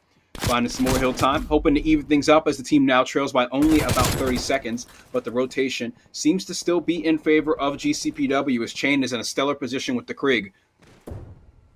Full 60, you're right back in this game. Yeah, you do give up the last couple of scrap time seconds, sure, but regardless, your subs did their job. The ARs helped as well. And what more could you possibly ask for going into Kitchen? This is a perfect position for Belgium Power to bring this game back, and all it took was a couple of triple kills. It sounds so simple, but it's so hard to pull off, but when you do it, it really pays dividends. Now, Chain working through the back, but here comes the collapse into Kitchen as more will fall. The trades are there for both teams, but wide in the kill feed as Belgium Power will find 2. Here's one more in the back. Abuza now starting to heat up at 8 and 12. Working through money. Whaler shuts down both and closes the skill gap. Discussion now in his possession. 166 to 150. They have the lead, but they're bringing it back. Whalers now working his way in. Finds another. Still beaming as Chain works his way inside. Genesis cleans up the 3rd, and the team trades are all there. The team shots and communication is working. GCPW on the breaker, successful yet again. GCPW successful once again, trying to extend that lead a bit. Belgium Power seems to have a fighting chance as they continue to pull their way back into the game. Looking through the perspective of Petey, who's going to be pushing through Garage here from the gym. Not met with too much opposition as he had stellar support for the rest of the building, but the follow-up from Breezy with the submachine gun always in your face. He's had great presence, high engagement game so far from the submachine gun player, and now he finds himself in a defensive position. Several players looming as a push from several players around the corner looming on the site here. As Garage and Art filled with blue players, Lenny cuts them all down with the help of Abuza. The Krieg is all they needed to clear out the driveway. This lead dwindling oh so quickly as Lenny has been able to sit back here, getting tagged up every now and then, but still able to regen and just hold it down. There's no trade, there's not enough pressure on the ARs, there's no lethals and tacticals pouring into the site. He's just been able to pull themselves back into our first lead change. This has been the biggest hard point so far of the game. You get all of that time in the last 20 seconds to go with it, just to put the icing on the cake. And now you look at a situation where this is very easy to close out. You get one break on basketball, you lock down this game, you end it there. They get the opening kills as well in transition. We're moving through money, and they're just shutting down Kitchen. I mean, Brezzy just works his way through. PD is the only AR on the close right of the hill. If they get one break and lock spawns, this game is done. For GCPW, you need the full hill. You need the full 50 here if you want to win it. Now here comes Breezy through top steps. It's the work from Maple down low that helped open this one up. PD has to go huge. He gets both. PD gets both kills. Only one more in front. The numbers are funneling through, but somehow PD is alive. He buys time for his teammates to come through. Brezzy is holding on to streaks. They're going to streak it all out. GCPW have 3 inside. They have to be careful. Brezzy only gets 1. 220 to 210, but Brezzy's working through the back. Brezzy gets 1, 2. One more inside. If he gets all 3, that's the break, and this could be the game. We're going to another hill. Breezy was a huge difference maker right there, not just with the submachine gun follow-up, but the score streaks opening things wide open for his team, really shaking up the foundation of that GCPW setup that they had when they had 3 players in the basketball court on what was potentially an excellent turnover of the hill. Now, Belgium Power find themselves 18 seconds away from victory, out of control of the middle hard point, but they did get a substantial lead in the past minute or 2 of this Call of Duty map, of this hardpoint map. 5 streak from Breezy. He's been just pulling those out like nothing this map, and that's what's keeping Belgium Power in the game. But GCPW, they're answering right back. Big wipe right there as PD is able to set up a trophy system with the support of Whalers alongside him. This is looking like they have a firm grip on victory in this hard point here. The pressure's looming now. Brezzy jumps in, falls instantly. Abuser slips the net, and he drops into the objective. Just 1 second separates GCPW from victory, but Belgium Power could also win it on this hard point. 10 seconds and counting. PD on the flank. Gun engagements are going down from Zig, but there's white arrows inside of the hard point as we're about to tie up, and the victory goes to Belgium Power. They're able to bring it all the way back for a last-second victory. Every time you get 3 or 4 kills, it looks like it's going to be GCPW who take this map. But in the end, this resilience, these late break situations that somehow, some way, Belgian Power are able to find. And then they get the subsequent kills after. The team wipes after the break are some of the most important strats in Hardpoint. They get it done time and time again. You saw it on basketball. You saw it on Courtyard. It was immaculate from Belgian Power. I don't know how the hell they broke in with 1 second to go, and they managed to hold on to 30 seconds of time that they desperately needed. But you see it in the replays here, Fox. I mean, it was consistently coming back from the brink of defeat and finding a way to get the job done in the late game. Absolutely. We saw it all unfold in the late game. I mean, the first half of the game was domination from the other team. We saw the 10 kill streak from Chain. We saw the score streaks dropping down from the sky. Pool was just a death trap for that squad. But in the end, they're able to bring it back. Really just an astounding performance to finish out the game. 250 to 249. Chain was on a 10 spree, and again, shout out to the observing team for catching that and staying with him. He had streaks, and we're thinking, okay, this map is completely blown open now. There are multiple instances where they can use those streaks to lock down this game, and every time you think that they're going to grab the lead and hold on to it, guess what? Belgium just find a way to bring it back slowly, surely, and they put numbers inside the hill effectively. They're not just throwing bodies in for time, they're throwing bodies in for contests, holds, and then leisurely breaks on the outside, so that way they're not always getting pushed. But it just seemed like no matter what GCPW were throwing at them, Belgian Power found a way to respond and do it in such fashion that they were getting 30 seconds on breaks. It wasn't just contest time, right? So that's huge, Fox. And now we go into a standoff S&D where this is a big swing game. We talk about Control being kind of that one game mode where the entire series is pivotal and swings upon that momentum, but we go into a situation where if this resilience continues into this S&D, Belgian Power could be up 2-0 very quickly. Yeah, Belgium Power showed some signs of weakness there in game 1, but really started to clean up their act towards the later stages of the game. And coming into our second map here in the series, Standoff, another map from Call of Duty Black Ops 2. We have 3 of them in a row here as we look to make our trip back to Raid for game number 3. I'm looking forward to see what they do in the Search and Destroy. I mean, that was a really hot start from GCPW, formerly Team Moon, and I'm curious to see what kind of haymakers they start throwing in game number 2 if they got 10 streaks that they can pull out like that from Chain. The scary thing looking at the rest of this series, right? We got Apocalypse Hardpoint for map 4. So if the subs for both teams are still struggling, that is a map where subs eat. And that is a map where subs can dominate and take over the game in just 2 hills. You can get a 100-point lead on Apocalypse in literally 2 hills. But we'll see what happens until we get there. Now we go to Standoff S&D, and it's a wonderful time to be alive and be a Call of Duty fan. We got Standoff on your screen. Bomb looking to move its way up to A. Tractor's been tagged with a couple of nades so far, and Genesis on your screen is going to play his life and wait for the first blood. Classic position, classic gunfight here. That cat and mouse game around Tractor. We see the Semtex is really kind of setting the tone here as to where you can and cannot stand. No trophy systems to be seen. Genesis pushes up, peeks in, gets the kill, and gets out of dodge. Just Abuser falls, and there is no trade to be seen. So, another 3 versus 3 situation. There is a flank incoming from Lenny just around the corner, and Chain is going to be caught off guard. Punishing stop right there as the bomb also falls to the ground.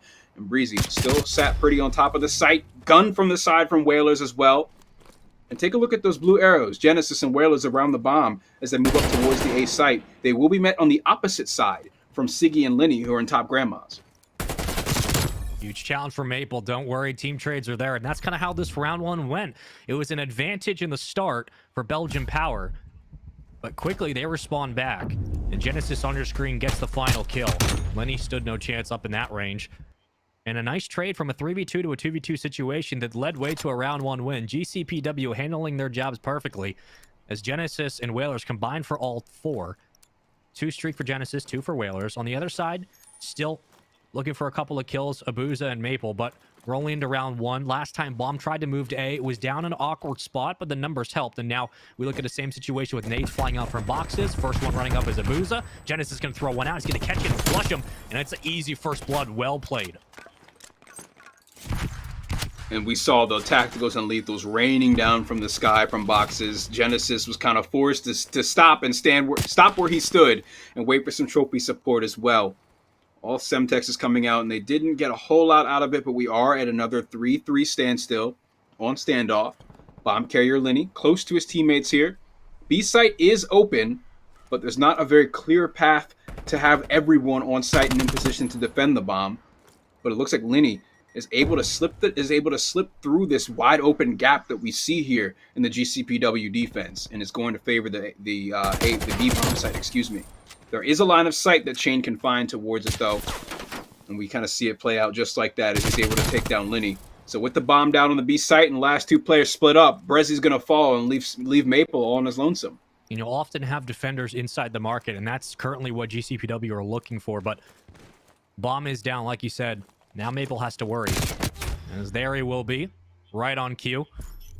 Couldn't rotate in time, but again, that's just good plays all around. GCPW off the early start, doing a nice job of maintaining some of that momentum from the hard point. Didn't go their way in the end, but nonetheless, they're finding the quick opening breaks and trades, and they're rotating effectively, right? They're not stacking sites and being overzealous on their challenges. They're more than happy to find first blood, second pick, and then move out. Let the site be opened up and try to work together for communication. 3-0 for Genesis on a 3 spree. We'll stay on board with him for the moment. Bomb carrier will be Petey.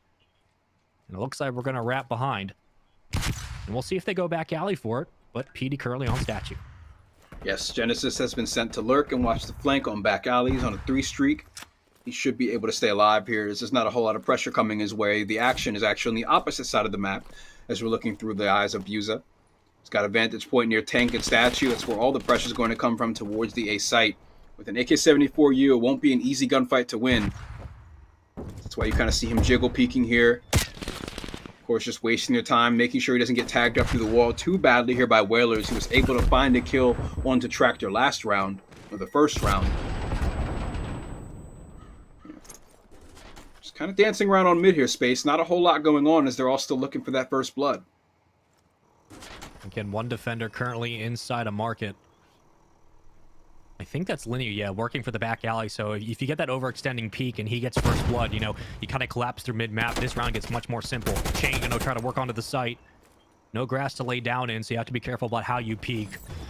First blood Genesis, second, and a trade. Abused it, trying to work through the courtyard. He's gonna try to challenge. Will get the kill. Stays alive as well, 2v1. Chain just needs to back up, but oh, he gets the nade kill. Oh, now it's a 1v1 against Lenny. AR battle. on a 3 spree. You're not really near streaks, but still, you'd like this kill regardless. 26 seconds play time. Lenny slides out. How do they play it? Chain is in a 1v1. He ends up winning that one against Lenny there, who's had some trouble on these sites so far in this map, defending them. That's a 3-0 lead to GPCW. We saw right here Buza playing a lot of the defense on the site successfully on an individual level. But in the end, GCPW will be able to take the round. Pretty clinical, I think we could say, Fox. Just early starts, right? 3-0. Anytime a team goes up 3-0, you look for consistencies and kind of common denominators here. It's just good peaks from the ARs. Those first bloods have been so consistent.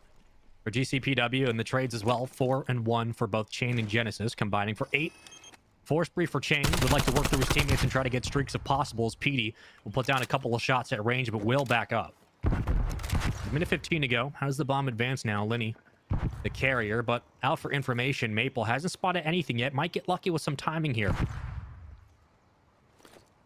Got one in Delhi to worry about here as Breezy starts to make moves towards the B-bomb site. Classic engagement.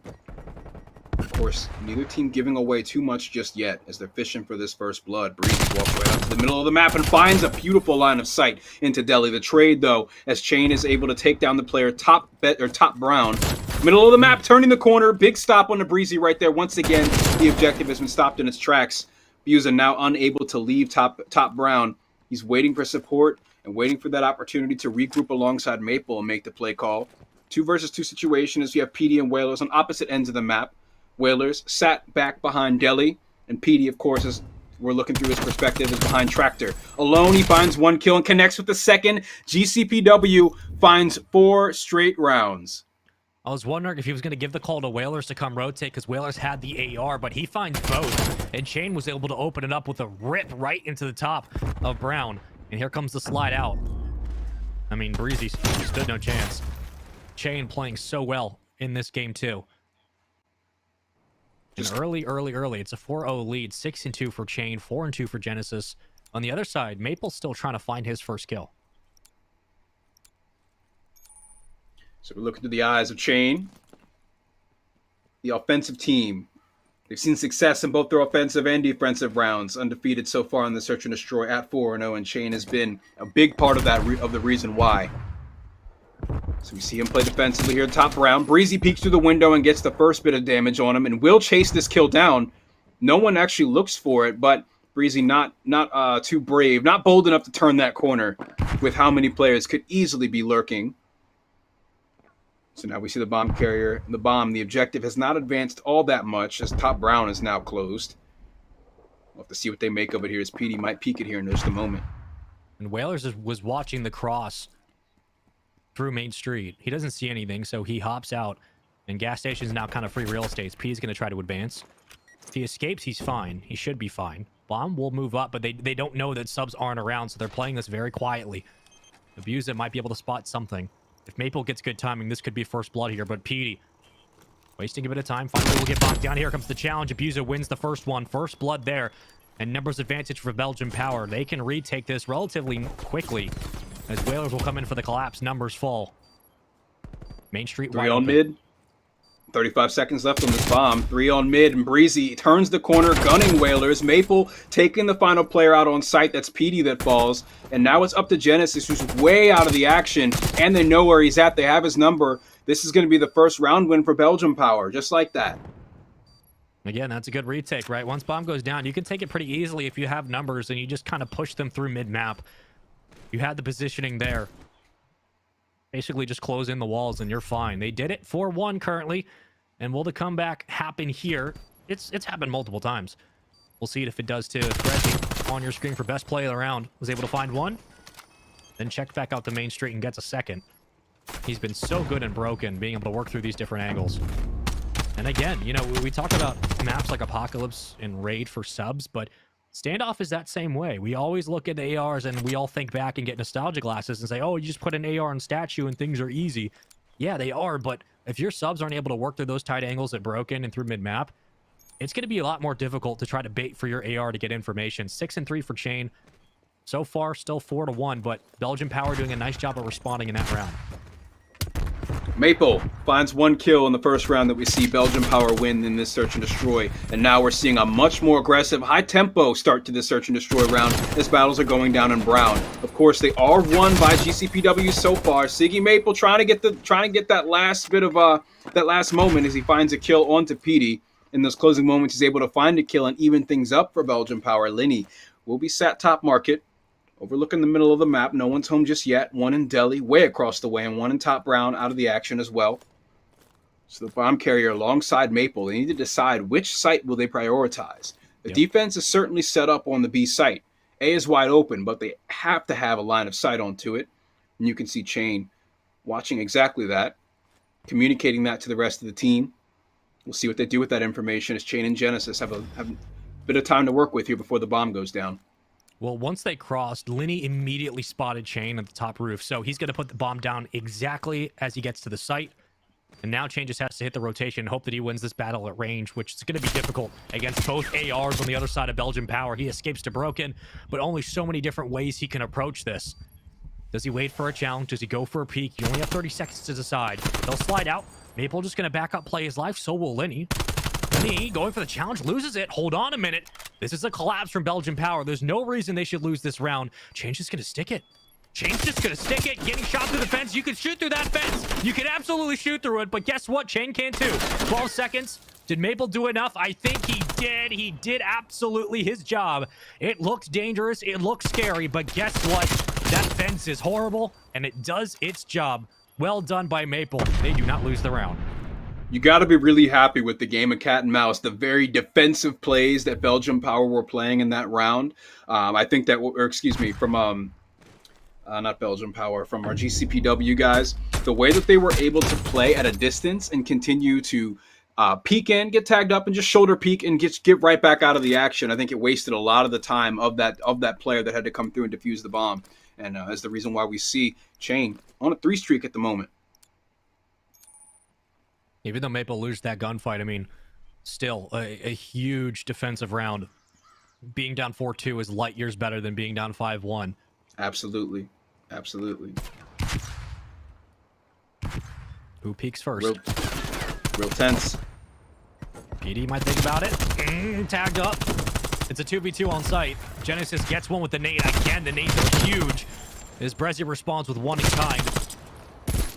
More shots ring out. No one's getting tagged. Please, someone come help this man. Maple will finally fly in for his 4th kill. And Brezzy will watch the back. This is tense, but it gets worse if you don't get the kills. Chain, another nade out. Oh, he ran right into it. Baited inside a 1v1. Linny versus Chain. Chain 10-3 at this point in the game. Stellar performance from him so far. He's going to be left in a 1 versus 1 with Linny way across the opposite side, on the opposite side of the map. But Chain will still make the call to wrap back through back blue towards the back alley here near Delhi. We could see him favor this B-bomb site. But of course, Chain would want to do a better job of clearing out brown. There are so many different angles that Linny, the last remaining Belgium Power player, could come from if he decides to play the objective here. I think Linny hears him. Right underneath him, Linny from up top will fire down into the back of Chain and end the round, giving Belgium Power their 3rd round in this search and destroy as they take 3 straight. And it really kind of came down to these engagements here. And we can do 50-50 hindsight and look at the rotation near the end for the 1v1, but huge plays in and around A. I kind of spell out the story for that round. 10-4 for Chain. Everyone else contributing just as much. 6-5, 4-5 apiece for PD and Whalers on the other side. It's been about a dead even S&D, right? The only standout really is Chain at 10 kills. Been pretty back and forth. We'll see if Chain gets first blood. Brezzy might walk right into his sights. That stun might go out for a check. It will. It doesn't find anything. Abuza worried about the overextension through the back alley. But Genesis will not give away his possession that easily, and he might get lucky. Genesis throws out some shots, but Abuza should know better than to challenge that. Full tactical and lethal support here. Lots of utility on the side of Belgium Power, as you see all lit up white in the bottom right-hand corner for Abuza. To a trophy system and a Semtex. You're going to need that for the A site, especially with so much coming around the corner. Immediately around the corner is Buza, as I mentioned, alongside the bomb carrier and the rest of the squad. They're pouring in. The action unfolds now. Submachine gun battles going in favor of Belgium Power so far, as Maple's going to be able to pick up the bomb after Lenny falls. Last remaining players, Chain and Genesis, so close to the action. Will they stop the plant? A team kill is very problematic in this instance. Now that leaves Genesis in a 1 versus 2. Well, with bomb down, you do have some room to work with, because you know they have to be in and around the site. They have to watch it at least. Genesis looking for the challenge on Maple. He's going to get pushed somewhere. Abuza comes out, gets gunned. One more. Oh, the 1v2 from Genesis! My word, my man! 8 and 5 gets the defuse. And a huge round for GCPW. Absolutely played. The slide through with the Diamatti. I mean, tagging up the first player on Tractor and then understanding that buys him time to move up. Let's watch it again, but in slow motion. Look at this. Keeping it moving, thinking on your feet. So much damage done by Genesis for that double kill to put his team at map point. Oh, Fox, that's a huge round, man. You know that it's a difference between tied 4-4 and 1 round on match point. God, those are the plays, right? When you're in those comms and your teammates get that, you're like, let's go! You just start screaming, you're excited, but now you got to clutch up. 5-3, GCPW. With a huge bounce back in game 2. We talk about S&D's winning championships. It's the old staple and how it can be bounce back games. But with how Control has been as a game 3, it's really come down to a lot of series relying on that game 3. This is a huge momentum swing in the game, in the series, if GCPW can close this out. Everyone's still up. Couple of numbers mid-map as Brezzy is tagged and will escape back into Delhi. But here come players on the overextension. They're going right through back alley. Brezzy's going to get first blood. He won't escape. Trades are there. Lenny should get the second. He will. Numbers advantage. Belgium Power. Belgium Power. We see a headshot coming from Lenny here. 3 versus 2. Chain and Whalers. Not too separate. Still close to one another around the middle of the map here. But we see the way that the Belgium players are all surrounding blue here. With the bomb still down in the back alley. Whalers be working his way up through from Tractor. He's taken down Chain, now last alive in a 1 versus 3. His team is at map point, but the odds are certainly stacked against him here. Isolate those gunfights. He finds the first one alone, tagged up and finished off. Belgium Power wins it in this round. 5-4. Could we be going to a round 11? The calm, cool collectedness right now for Belgium Power is unreal. Every time they get pushed right to the brink, they're finding ways to bring it back, stay together as a team, and get those trades. Who gets first blood? That might decide the round. 8 kills for Brezzy. It's been a team effort here in this game too. Chain at 12 and 5. Certainly this one goes to round 11, Fox. Could be. That would be a wise prediction here with the way the Belgium Power has been able to play. The first 4 rounds went to GCPW in what has been an incredibly tense search and destroy. Again, a lot of the early gun engagements, when we do get a really loud start to the round, happen around Brown here. And as you can see, it ends up being a 3 versus 3 situation after that first wave goes down.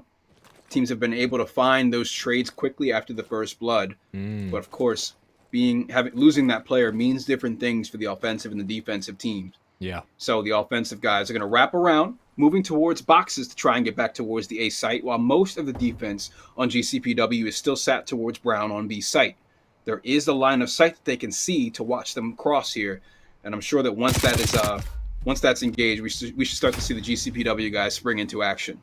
Yeah, once they fell off B, if you're going to rotate to the other side, you got to go quickly, because the longer you take, the more information that GCPW have that you're not at B. There's the first blood on site.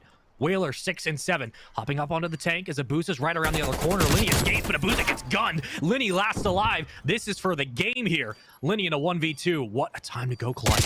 Can't get anything. That's going to be the kill, and that will be the game. Nice job by GCPW to stay composed and poised when things were looking dire, and they bring it back. They tie up this series 1-1 in a massive game 2, and well done for the 6-4 win. That's right, GCPW, they had the early 4-0 lead. We start to see them give it away to Belgium Power there, as Belgium Power is able to respond with 3 straight rounds of their own. Some pretty stellar moments from them in the middle stages of that game, but in the end, GCPW, they were just able to outmaneuver them, I feel, and end up coming out on top in the search and destroy in round 10. Yeah. Yeah, and looking at the kind of, again, the positioning of Whalers in that last round, right? We talk so many times about positioning as players, but going into the series, one of the things that I was really harping on was Whalers and PD for sure, but looking at the positioning of people like Linny and Maple, I think the ARs have an advantage currently, obviously, on Standoff, being able to play on Tank, on Statue, and the first time there, we see it in round number 10, they get the job done. But man, this was a hell of an S&D. It was back and forth all the way down to the final couple rounds. It was a 4-0 lead, mind you. So if you joined us in the middle of that game, you're thinking, oh, 6-4, surely this was back and forth. No, it was 4-0 for GCPW. It looked like this was going to be a 6-0 wash, but Belgium Power, for some reason, some way, they find something deep inside and they're able to just work these games back from what seems to be an easy win for Belgium Power, or for GCPW, excuse me. And it just always seemed like if there was a will, there was a way, and there was a game plan there. As Belgium Power made it 4-3, they almost made it 4-4, but a big 1v2 here. Chain just went absolutely massive. And this was a great team performance all around from everyone, but a big win for GCPW in this series. And now we go to Control Fox, but kind of looking at this S&D, what stood out to you the most? This is the second time in a row in this series of our 2 maps that we see GCPW get these massive, just monstrous leads over Belgium Power. And then something happens to where Belgium Power comes together and starts to pull themselves back into the game. And what we saw the first time that this happened was it was off the back of a performance from Chain. I mean, this man goes on the 10 streak in game 1, and now in game 2, we see how much of a threat he was to go into double-digit kills way before anyone else in the lobby. Really just stellar performance from him so far in this series. Man, that 1v2 from Genesis was unreal. And again, it's plays like that late game in S&Ds that are the game changers, right? If you get that in round 1, it's awesome, but it's not worth more, right? Different rounds have different weights, and a 1v2 in round 9 or 10 is worth more than a 1v3 or 1v4 in round 1. And Genesis stepping up that way really propelled this team to the game 2 victory. You see it there. Map 1 was literally 249-250. It was a 249 lead for GCPW. They got broken on P5. They lost Courtyard, and then it was just a wash from that point on. It was a huge win by Belgium Power in game 1, but in game 2, a commanding lead that led to a tense finish. Nonetheless, GCPW handled their job, and they get it done 6-4. Now we go to Raid Control, and what do we always say, Fox, about Raid and Control and being game 3? It's a way to neutralize the series and get everyone's personality back in check. This is a big Control. This is the biggest game 3 so far, I feel, of the day. With how this series has gone, with how these players have played, we got Apocalypse after this, where the subs have to be perfect, but we got Raid Control coming up right now. What are you feeling, man? Who are you picking going into this one? It's really scary because Belgium Power has shown that they have that comeback potential. They've shown it 2 maps in a row, and I gotta say that they're certainly not out of it. But I'm still looking at GCPW. These moments from Chain that are just so explosive, I see them capitalizing on that enough to come out with a victory in this series. You know what? I agree with you, man. I know we always like both sides. We're like, oh, no, I feel this. I have to do this. That way somebody's at least wrong. But I agree with you, dude. I think that what Chain's been able to do today has really kind of raised my eyebrows a little bit. And just looking how that game 1 went, the respawns were so heavy in favor of GCPW outside of a couple of moments in the hardpoints where they just got broken into a hill and they weren't able to bounce back. I think that the consistency they had hill to hill was much more impressive. And I think that GCPW going into the same map, different mode, will find that success with Whalers and Chain and Genesis having big days so far. Why don't we get into the Control itself? If you guys are watching, let us know who you think's gonna win. We'd love to hear your thoughts, but for us, we'll see how it all plays out. That's why we play the game, and off the start, it's a couple of kills, but Whalers gets the first blood and Brezzy responds. Off the bat, we're still looking through the perspective of Breezy. Coming from Art, his team is going to have control of the zone so far. The pressure will come from Laundry, though, as the players respawn and get right back into the mix. We see the tacticals coming out, tac mask popping up and protecting players like Breezy, but that does not stop the bullets from raining in.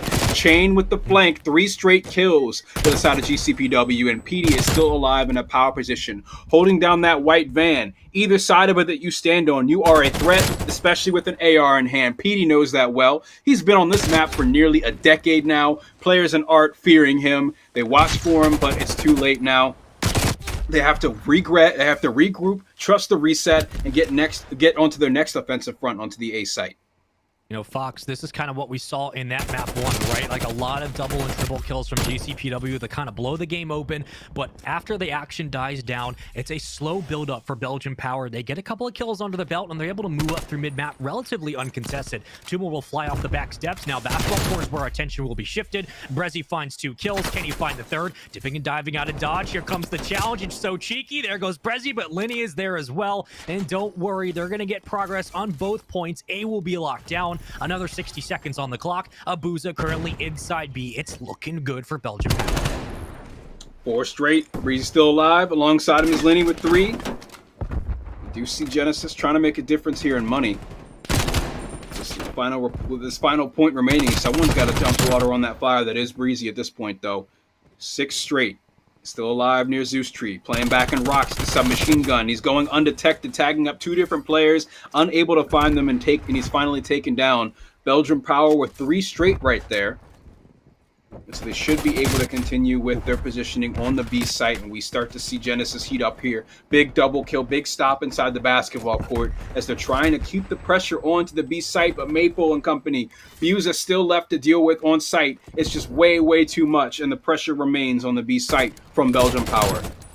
It's 16, make that 15-3. Brezzy has been lights out, 11-3 to start this. Yeah, give them the round. They absolutely deserved it. What a stomping to start this control.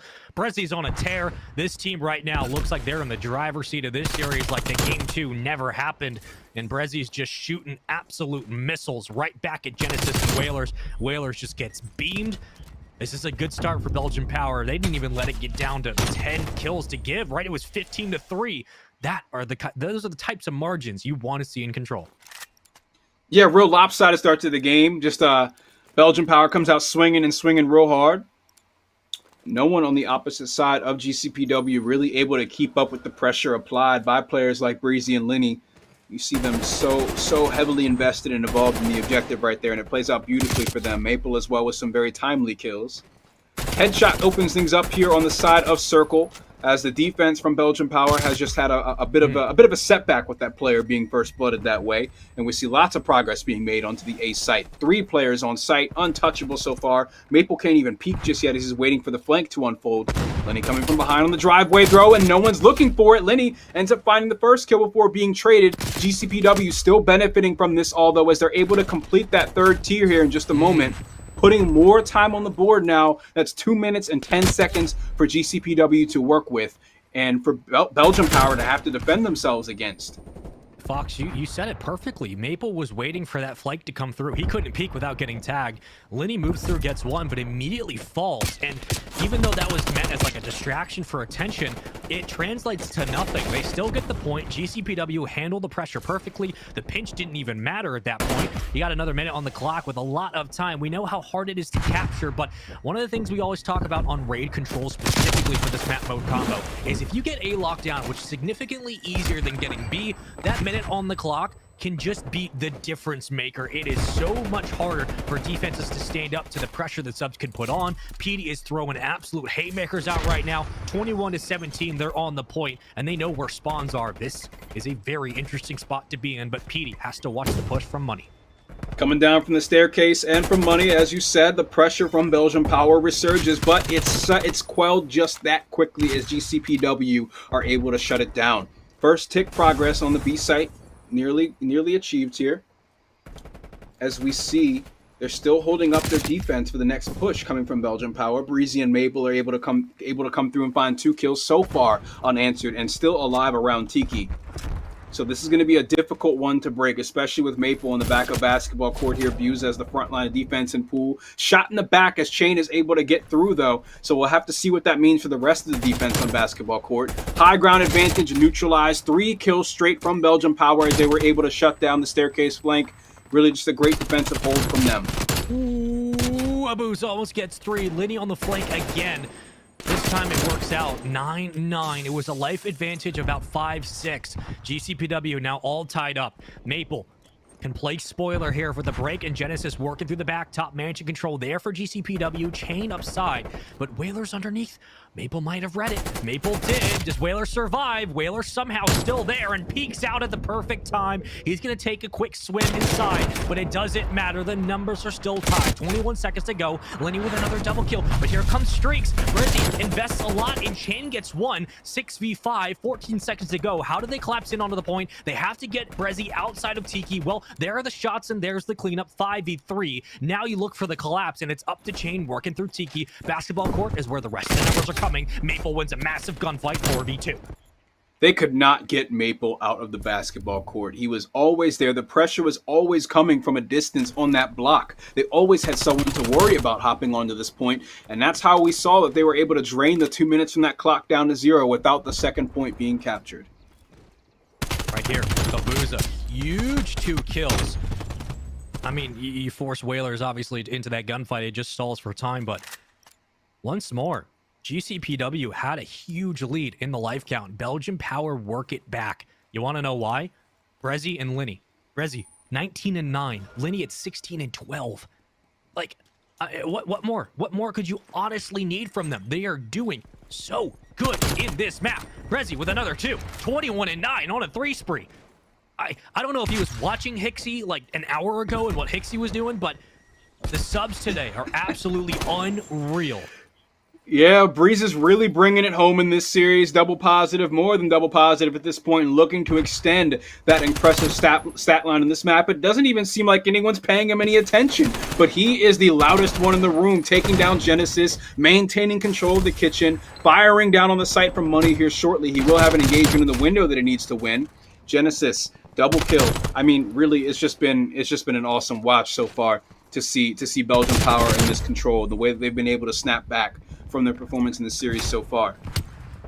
I mean, we're watching someone who's so locked in and so in the zone that it's almost scary, right? There's not really much you can say. Whaler is trying to respond with a couple.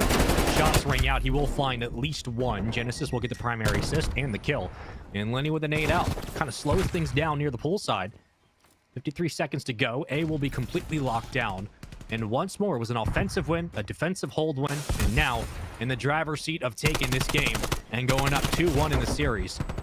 The respawns have been interesting, a little bit scary, but so far so good. Belgian Power are just on a different wavelength right now. Now tied up 19-19. Maple at 14-10. We haven't talked a lot about him in this game, but it's just really when you have a teammate like Brizzy and Lenny who are doing what they're doing, things are different. Genesis, right, able to find 2, and he's got control of top bedroom. Maple's been playing pretty comfortably from the back line throughout much of this game, right? He's kind of been relegated to that position, running the assault rifle and allowing the team to just play around what Breezy and Lenny are going to do, right? Lenny has set up some flanks. Breezy is just in your face all the time, and it's been working out for them. Now we see the table starts to turn a little bit as Whalers finds a 5 streak. Taking a look at the life differential, 18 lives in favor of GCPW, whereas Belgian Power, the winning team at this point, has 12 left. A minute on the clock is what they have to capture the remainder of point B, as they still have not yet to get the first tick progress down. Defending is easier, but with how these games have gone, it feels like no matter what side you're on, Belgian Power will find a way. 15-9.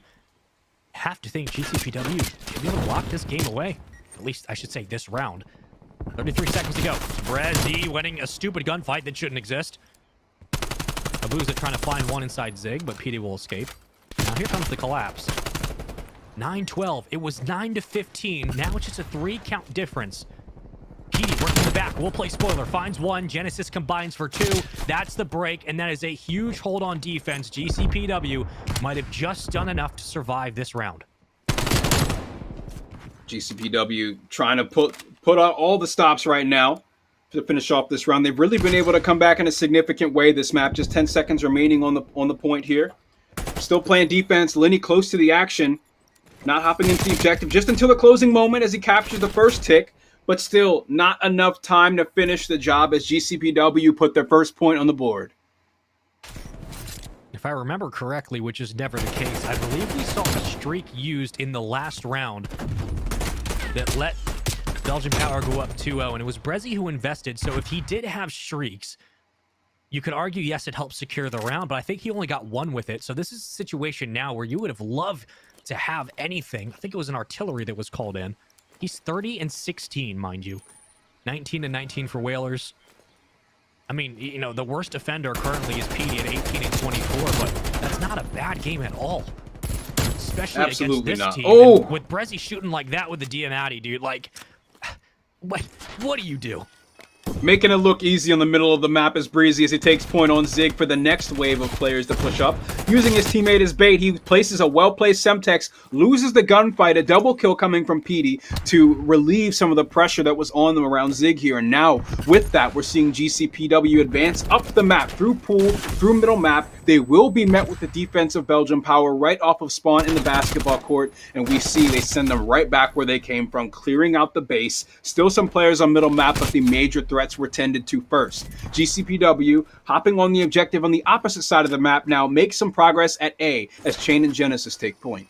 And that's really what it's been for Brezzy and Linny. They have been kind of 2v4ing the way through, and that's, again, that's not shade on Abuza or Maple at all. They haven't had to do much, right? You're letting the offense and the defense flow through Brezzy and Linny. The calls they make are the calls you follow. Genesis currently inside the point. He'll help secure it, and again, every single time, both teams have taken down A relatively easy, and now we focus on B. Now, how do you split your reinforcements and resources? That's the question. As Abuza flies through courtyard, he's able to pick up one, and Chain will have to do a lot of work now working poolside with numbers in front for Belgian power that should overwhelm him, and they do. Maple wins a huge gunfight on poolside. Power position in Tiki here, 21 and 14. A very quiet 21 to 14, but a huge margin nonetheless. And once more, Belgian power have a life lead. It's 5, make it 4, but it's good enough. Look through the eyes of Maple here, 21 to 14.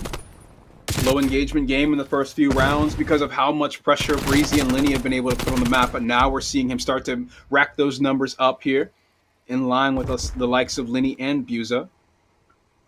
And we still see 2 players inside of Belgian Power sat right on top of the B point.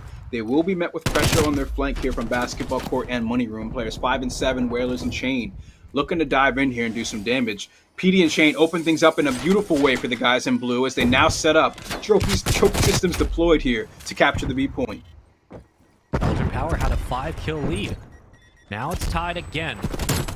Working to the back. Spoiler for Brezzy. He finds 2. So does PD and Whalers, and Maple will clean up all of the extra scraps. 10-10. We're tied again. 44 seconds to go. Chain working through kitchen. Again, such a huge position to be in. If he gets anything, I mean, that's damage there. 37 and 24 for Brezzy. He almost finds 3, about to drop a 40 bomb, but Linny, again, the unsung hero for this team. 5-7. GCPW are in the point. We're gonna get it, and off that kill, we're going to an overtime. Wow, GCPW really forcing the issue here, pulling this game along further. Belgian Power had such a hot start to this game, with Breezy nearing 40 kills. He's got now, I guess, potentially enough time to make it 50. We'll have to see if this star for his roster in this series is able to keep it up in this final round, or if they fizzle out and allow GCPW to make the comeback. You know, this is some of the best COD you're going to see Brezzy play in the Challengers Elite Series. He's had a tremendous year, but he's playing unreal right now, out of his skull. 37 and 26. And what did I say before, Fox? You would love to think, what would those streaks do now? How would it have changed this? We go to OT, where, again, in control is about ticks and progress earned on the point and not kills. So defending will be Belgian Power. They should have an easier time at it. They're opening it up with 2 kills. That is a great way to start, but I love the change up from GCPW. They're going for B right off the rip. They caught Belgian Power completely off guard. And with A being easier, if GCPW get B locked down, this is a hell of a way to make a statement in this overtime. Hop on the point. First tick progress made. GCPW, they're able to get that done. Abuza's going to fall here just outside of the pool alongside Maple. Breezy hopping into the action. First tick progress made. Big gunfight win on the Tiki right there, and he actually tucks back in after being tagged up. Linny with a big double kill. Great support coming from Money as he's firing down onto pool, and now looks to move up and keep the pressure going. Stopped dead in his tracks just like that, though, as both points now under attack from the GCPW onslaught. This is the first time in this entire control we've seen a team split their resources to both points. Will it work? Well, he's almost done. Contested from the back, Brezzy has hit 40 kills in this control. unreal performance, but A will be done shortly. And look at all the progress they have at B. The decision from GCPW might pay off. They don't lose that many lives. Yes, they're down, but they've come back from worse, and they just need one more tick, and they'll take this game and this control in a stupidly good fashion with how well Brezi's playing. Chain thinking about working through kitchen. It's been much slower in these past 10 seconds. Abuza, another big gunfight. PD will win it, sliding out. He gets traded by Maple. A minute 30 to go. How do you play with number split? Spawns are so far out, and it's a 2v2 pinch from both sides. Just the third tier left. We're seeing the pinch unfold. 2 players on pool have a lot of work to do, and they're doing so much of it so quickly. This is a stellar defense from the players on pool side. Still alive and in the mix is Buza. Whalers could see him from a distance here. He's certainly prioritizing the objective and expecting something to fold on him here shortly. Clock is ticking though, just 60 seconds left, and they only need to get the third tier completed. Maple sliding out into the action is able to take down Whalers from basketball court, and we've seen how crucial presence in basketball court is to the completion of the B point. Just like that, they're able to stop the bleeding momentarily at least, as GCPW now set up for their next push. I mean, Whalers bought enough time just playing his life at basketball court, 50 to 8 short, but this is not entirely undoable. Chain's inside, 13-7. Chain, he can contest from anywhere, and he can get inside for some time, but if he plays in poolside, gets 1 kill. This is big. Challenge from Brezi. He doesn't win it. Chain with a massive win. One more in front. Maple, this is for the game, and Chain wins it. Chain gets it done. GCPW with heroics with no lives to give. What a performance in overtime. Wow, I think Brezi was only able to get 1 or 2 kills that last round. The big problem that they had all map long was him just roaming through this entire estate, doing as he pleases on both offense and defense. We saw the early lead. GCPW fought their way and were able to come out on top in the end. Sticking to the game plan, the entire, like, Brezi's dropping like 45 kills and they lose, and that's credit to GCPW. That is credit to them being down in life count basically every round. And the call in the overtime to do what nobody did the entire game, which isn't like some unheard of thing. They just went to both sides. They said, hey, we've gone to A every single time. Let's just go B. And then when we eventually get wiped, which we probably will, let's split up the resources and get both. We know how easy A is to lock down. They just needed one bit of progression, and that put so much pressure and weight onto the defensive hold that Belgian Power needed to have. And when Brezi, who had been dropping 30, 35, 40 kills all game, needed to come up and pick up at least 3, couldn't do it. Maple needed to win 1 gunfight, couldn't do it. And on the other side, it was Whalers and Genesis and Chain and PD who just stuck to the game plan, and they got it done. Like, I don't know what more else you can say. Chain playing in pool and working through Tiki, he gets the biggest single kill of the game, which secures the last tick. And that was it. I mean, Whalers did his job, right? When he rotated the basketball court, even though he hopped off the point and eventually died, he bought enough time for 3 players to spawn up on his team and run back into the point and get a couple kills. He single-handedly won them that last push, and Chain, with this massive Diamante kill, secured it. Like, it's unreal. It's unreal what control this. It was an exciting watch. Chain and Brezi really showing off in this series, especially as we saw in that control. In the end, they were finally able to quiet down Brezi a little bit. I mean, round after round, that man was making noise. Huge streaks, huge stops, always powerful in the defense. Maple as well in the back line, who was allowed to fit into that play style, fit into that performance like a glove. But in the end, of course, it was GCPW that were able to capitalize on that instance and close it out on the B control point in Tiki. Here's the layout for the series, folks. I wish I could tell you we had predicted any of this, or we kind of knew what was going to happen. I swear to God, we have no idea how this has gone this way. Belgian Power took game 1.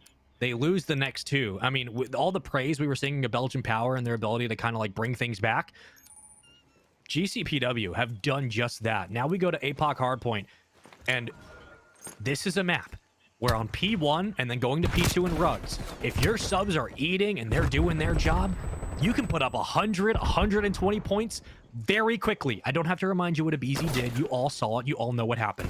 This is going to be an interesting hard point. Let's get into it. Following the action, PD will be the front line of defense here for the hard point. You see, peeking through the window here for anyone that wants to get bold enough to challenge, get gunned down where they stand. Chain also offering some support. Diamante fire right over top of the sandbags. And then he whips out the Krig for a little bit of defense on site as well. From downtown, Buse is tagged up, and Chain really making his presence be felt in the opening moment of this hardpoint. 3 straight and lots of damage. And Chain doesn't give a damn that he's getting shot in the back. I mean, he's just still up and finding ways to do damage. Diamante in hand. Oh, God, that's not okay. Brezzy still somehow stays alive in the gunfight. Whalers throws out a couple of utility, and Genesis will clean up the dirty work. So, you know, things were looking weird on the hill. It's a lead for GCPW, and more importantly, inside of P2, PD is there with no engagements to kick this one off, just saying, hey, you guys handle the action inside the hill. I will rotate early. I'll make sure we get the opening 10-15 seconds. And so far, the subs are looking hot, but the ARs are looking better. Kind of incredible to go at least a full minute in hardpoint without finding a kill or a death. You really got to wonder how GCPW is able to pull that one off and come out with a nearly 40-second lead. And now the kill feed's all white. Belgium Power bouncing back, probably feeling some type of way about the way that first minute of hardpoint went, but we'll have to see where it gets them here as they're clawing their way through this deficit. PD still killless so far as Buza and Brezzy are lighting up your kill feed. Putting him down once again, 3 straight deaths, and Belgium Power looking to close that gap that this game started with right away. Nice hop up from Maple. He's got the sub in hand now, putting out the AR, and we've seen a couple of times where Belgium Power have rotated early. Now can they hold on for the first push? As Maple is just working this like a pro. Looking for one more on 5. 3 gets it. Oh, that hip fire is absolutely stupid. 8 and 3 on 6. Maple gets the AR back. We'll stay on board with it. Shooting everyone's feet. And they got to deal with him here. Yeah, they got to deal with him sooner or later. Right. You got some support just ahead of him as well. Buza looking like they're going to have the 2-man push here shortly.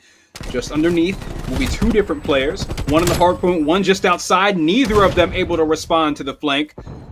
Now, with the hill still in favor of Belgium Power. You see Maple sat in the back line, letting his teammates get into the rest of the action above ground. This is a pretty typical position that we've seen of him so far in these respawn game modes for Belgium Power, as they give us our first lead change. They pull ahead past GCPW, who had a stellar start to this game. Maple holding his own in the hard point as well. They get a good chunk of time to put themselves back into this familiar space. Maple 9, almost 10, but don't worry, he's got streaks, and that will help things down the line. We also have to worry about the next hill. 50 seconds we got to fight over, and for this lead in Belgian Power, it was a response back from GCPW, but PD at 3 and 7. That impact is being sorely felt on the field as Belgian Power have the lead by 30. Can they grow it to 40? Well, with shots like that from Brezzy, you absolutely believe that he can, and with Maple having the best map so far of the series for him, things are looking pretty good. Genesis on your screen, can't get the shots to land, and one more clean break will be there. Belgian Power, first team to cross 100. They're about to make it 120. This is looking quite good for the team in white. Looking so good. The first minute of this map has been erased as Belgium Power leap ahead into the lead by about 60 seconds, still in control of the hard point to count it up even more. The rotation's coming though. The importance of this next hard point is at an all-time high here as we come to the closing moments of the previous hill.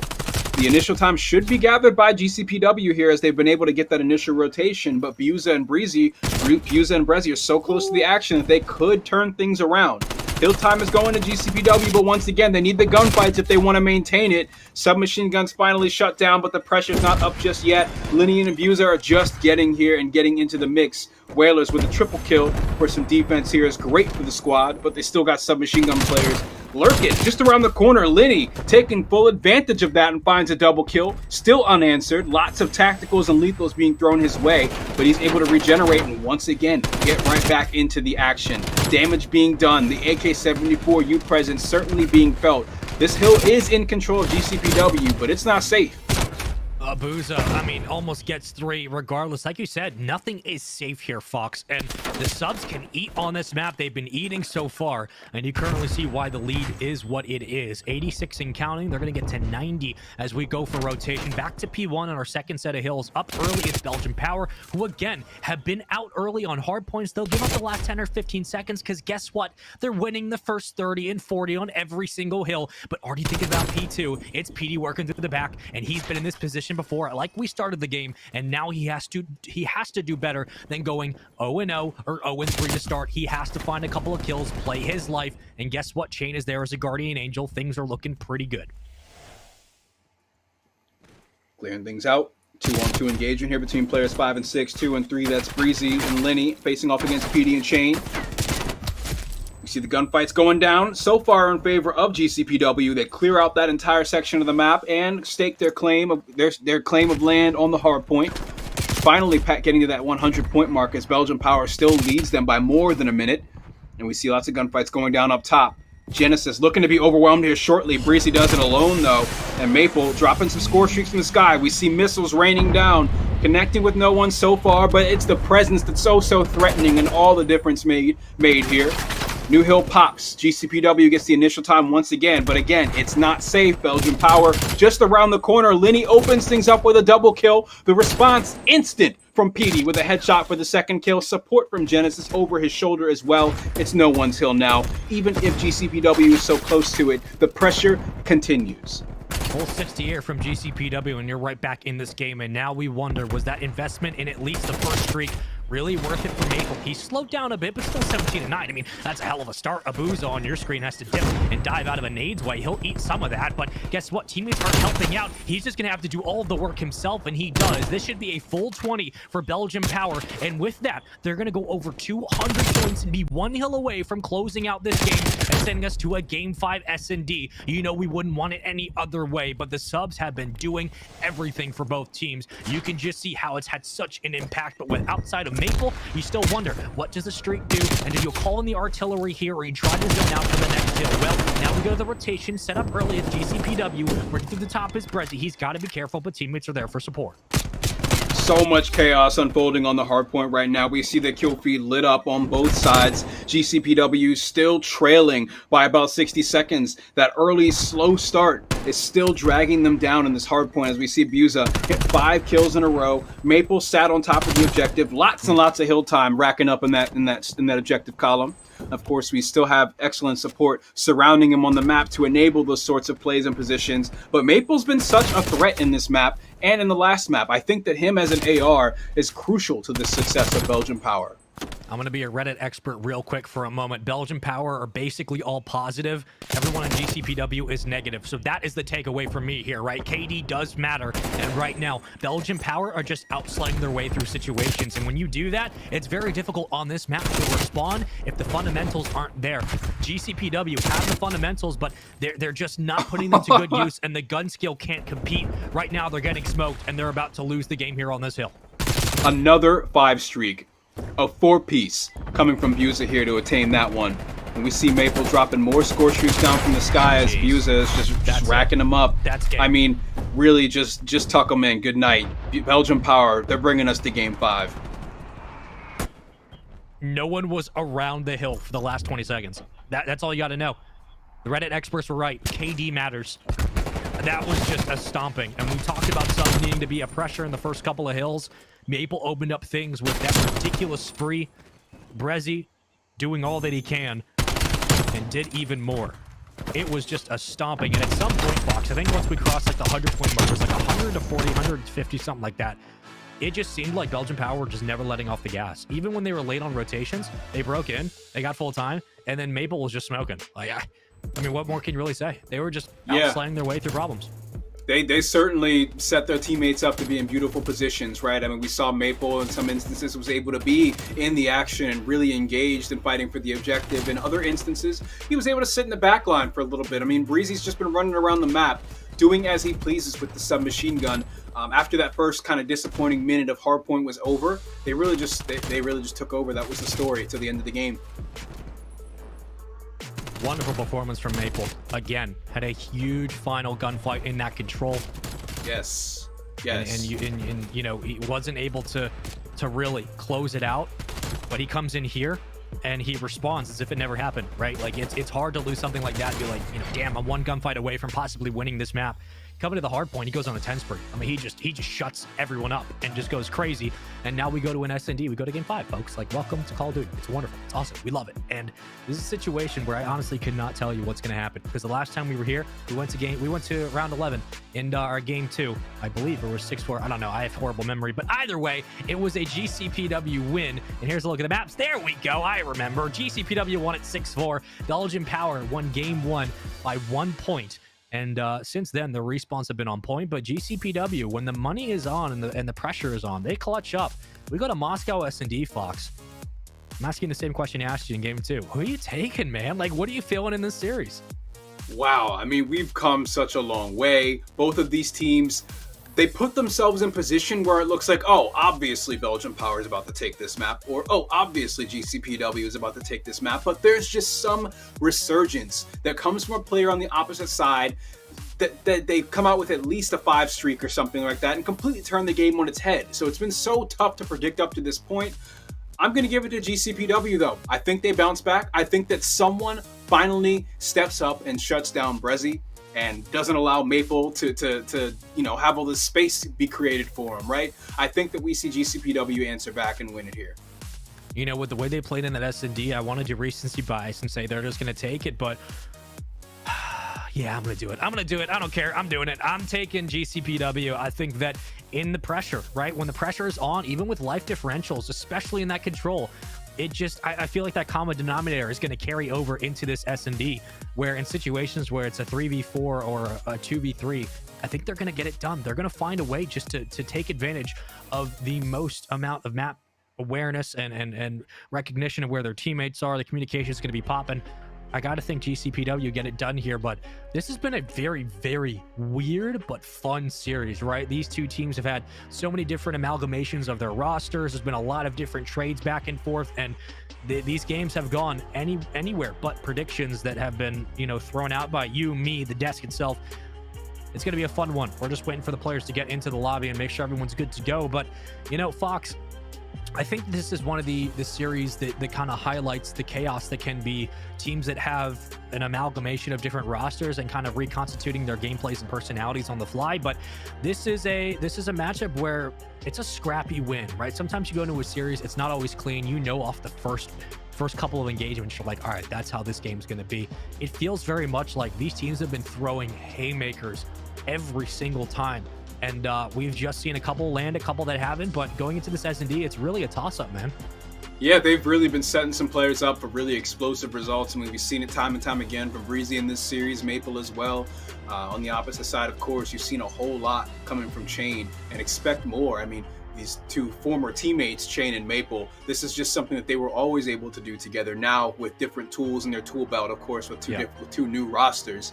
It's been an exciting series to watch these guys duke it out. And you kind of mentioned that seeing these teams come together is kind of an amalgamation of former rosters and everything. The chemistry's got to start somewhere. And, sure. Maybe yours starts out on level 6 instead of level 1.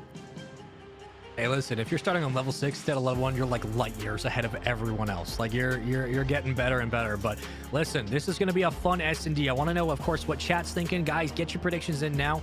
Use your YouTube channel points. That's not a thing, but if you had, hey, just let us know who you're picking. And I already gave the Reddit experts some praise today, so I'm already doing better. But let us know what you're thinking. Who you picking in this S&D? We can only wait and see. And as we get the players in, this is going to be the final match for Europe here. This is the last match of the day, and tomorrow, of course, we will have more European matches on the slate. But after this, coming back at 5 p.m. Central, 8 Eastern, we do have North America kicking off for the first day and the end of this regular season. This has been Stage 5 in a hell of a fashion, man. This is the last regular season couple of days we have, a couple of weeks, for Challengers Elite Series for the 2021 season. Fox, we're going into a situation where we have playoffs coming up in a couple of weeks. For a lot of these players, this is the last time to get together as a team, get everything sorted and ironed out, and put the best that you have on the floor. And this is a big week for a lot of rosters. Do you think we're going to see the craziest COD we've seen all season in this week? Oh yeah, we're coming up to the conclusion. This is where everyone is on 10, really trying to make sure they're firing as well as they can to close out the season. Everyone's going to remember what you did towards the end of the season more than what you did in the beginning, and this is where it all really matters. We're playing for tens of thousands of dollars here, and these guys are no strangers to that. Yeah, I love the way you said that, right? Like, this is where people remember your performances. And if Frizzy is playing like this at the end of the season and takes this performance into playoffs, if everyone else just contributes, this team could be scary. I don't care how good Elevate or Orgulus look. This could be a very, very big dark horse going into some tournaments. But with all that said, let's get into Game 5. Let's get into our S&D and decide who wins this one for Day 1 of Stage 5 of European Call of Duty. It's been chaotic. It's been wonderful. I love doing it. I love being here with Fox and casting for you guys. And I know that he has loved the chaos more than anyone. Let's get right into the game and let's see who gets first blood. Hopping into this search and destroy, we're looking through the eyes of GCPW on their offensive round. All players, all efforts pointed towards the A-bomb site. It'll be a 4 versus 3 fight over control of bricks. We got some players just inside the studio ahead of them, though. A team kill Whalers. So poorly timed that one is, because they had such a great man advantage on bricks to potentially get the bomb down here. But now the rotation from the remaining players of Belgian Power has come. It's a 2 versus 2 situation. Lenny gets a kill and is able to come out with his life. The shot beat down. He's able to continue the fight on pillars here. Buza comes through as well for some support in Belgium Power on the retake, clean it up, and get their first round win on defense. Ooh, it can be dangerous when you're working around pillars and trying to find out where players are funneling through bricks. And, well, you do it. The movement's disgusting. Abusing him. That's just lightning quick. First round on the board. Belgian Power very quickly getting through that round. 2 kills for Abuza. 1 for Lenny. And I believe it was a team kill from GCPW. That's the only way that math works out. But regardless, what a way to start. What a way to start. Very unopportune team kill there, as PD was going to fall and not contribute a whole lot to the round. Taken down by his teammate. Definitely not someone you want to get fired on. Moving towards the street, though, we see the bomb carrier Maple alongside some players that were able to support him in this kill here. And so now we're going to see Belgian Power favor the B bomb site as the rotation comes in from GCPW way off in the back. No one has been able to set foot into this B bomb site room, and it's only gotten that much more difficult. 45 seconds on the clock. PD, first person into the action, finds a kill before being traded. Chain, playing off of that information, catches a player that came out to pinch. 2 on the outdoors, trying to find their way in. But Buza and Maple are not going to make it easy around this bedroom. And if you go for a B plant, you have to put it down quickly, and they do just that. Like you said, it's not going to be easy for this retake, but Abuza will be the entry man. If he's the initial, it's good to go. 3-0, trying to play for streaks, but they're just going to hop it. If he checks this, free cash, finds 1. Can he get Whalers? He's on the bomb! He gets it, Belgian Power. They recognize the quick defuse. They get there in time. Oh, it was like, please just check it. Finally, Abuza does. And we see it from his POV. Jumps right in and finds Whalers. Yes, love the flank for the distraction. Ends up not playing out well, but the play call was there. It was noticed. It was definitely the right one to make. Just didn't work out. And we see this side of Belgium Power able to put up 2 rounds in a row. Buza, unkillable. 5 straight so far. Now you play for streaks, right? Like you get his teammates around him to help find info, and you play for streaks. If you let him die quickly, that is the difference in a game, Fox. 3 on site for defense, 2 on site now as 1 drops off. That's Maple, wrapping back towards the middle of the map. Checking for any sort of a potential flank or a pinch coming through from middle map. The only ones really in place to do that will be players 1 and 3, Chain and Genesis. But nothing opening up just yet as both teams just waiting and looking for that first blood. You know, it's interesting. So PD was in the bus at Main Street, and he was slow to rotate with that bomb and didn't have the weapon at range, but you're basically hoping you get 2-3 kills to open up the entire site. PD still hasn't pushed in.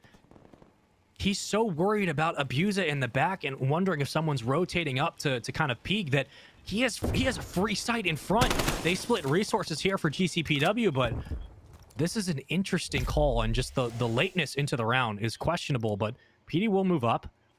He's taking so long just to put it down. That he is. He's also got a trophy system here to help him should he decide to drop down for the bomb, and now we see it's planted. 4 versus 3 situation. Belgium Power has to retake with a man down. They're way off in the back of their spawn near P2. 8 and 7. Lenny and Maple, last 2 players in the lobby, or in the lobby alive for the side of Belgium Power. Again, it's a 2 versus 3 retake. 30 seconds on the clock. 1 outside, 2 indoors. The submachine gun players have a lot of work to do. Old Chain will open things up with one. Lenny gets shut down quickly, and GCPW get their first round in a big time. Again, don't want to go down 3-0. We've seen it so many times today. You at least get one back. Keep it close. PD on your final kill cam. Nice little beat down on the elbow. We switch sides quickly. 5-2 for Chain. 5-1 for Abusa, so he will not get streaks. Oh, Chain someone on a finally 2 streak. stopped him. That's Yeah, good. he finally got shut down. But we talk about how well Brezzy has played in the respawns, right? Currently 0-3. Lenny, your bomb carrier. And I don't think that Belgian Power will take as long to move that bomb upfield the way GCPW did in that prior round. Yeah, moving up their middle map, we see a pretty well-rounded effort towards the B-bomb site. There is one player in the mix. It's close to them to stop this, though. We see the gunfights go down as Genesis is able to stop is able to stop Buza. The push with the bomb continues towards the B-bomb site as the remaining players, Whalers and PD, now completely turn the map around.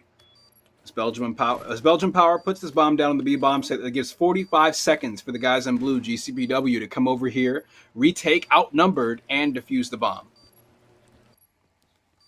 3v2.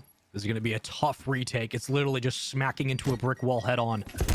The nade will at least give some info over to Belgian Power. I mean, you check this bomb 1-0. Okay, but we're to the back. PD's able to find one. This changes the way the round plays out. If he gets one more, that's it. PD gets caught right in front of the bomb. Whalers nowhere to run. It was reliant on PD finding another, and he checks basically every angle except the one in front. Can't blame him for the decision. And a nice job on defense to hold on once that bomb was planted. The post-plant positioning was here, and they do it. That's right. PD definitely had the right idea, going up for that flank. He was able to find a kill. Not a whole lot of follow-up from it, though, being taken down mid-sprint. So now as we switch sides, we see the game lead extended by Belgian Power to 3-1. Brezzy able to put some kills on the board, 2 just that last round, to now be caught up with the rest of his teammates. PD, your bomb carrier, alongside the entire squad as they all look towards efforts at this A-bomb site. Tacticals, Lethals coming out. They got some trophy system support should they decide to drop them.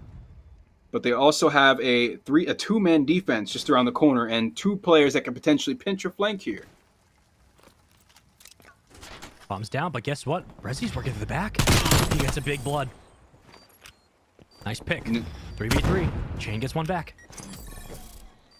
No one was looking out for the flank, the middle map push, and the full spawn flank. Finally shut down as PD's able to take down Brezzy, getting GCPW their second round win on the board. The 4-man push, the quick execution, was exactly what they needed to be ready for this flank that was incoming. Good shot from Chain. You know, bricks is a power position for ARs if you know where to play. Oh, it's yeah. also it's a nightmare position if you don't know where to play. That's right. That's right. 7-4. Great start. PD at 4-2. You got 2 kills apiece for Whalers and Genesis. On the other side, I mean, Abusa at 6-3. Bomb carrier will be Lenny again. Now, a much more standard hit on offenses. All 4 spread out. Furthest pushed up, Chain will smack one right in the forehead. And he gets first blood again. No one on site at B, but in the back line is Genesis waiting for someone to come and check that corner. 3 on site at A for defense. So that last player, Maple, does not want to die alone as Breezy did in the opening moments.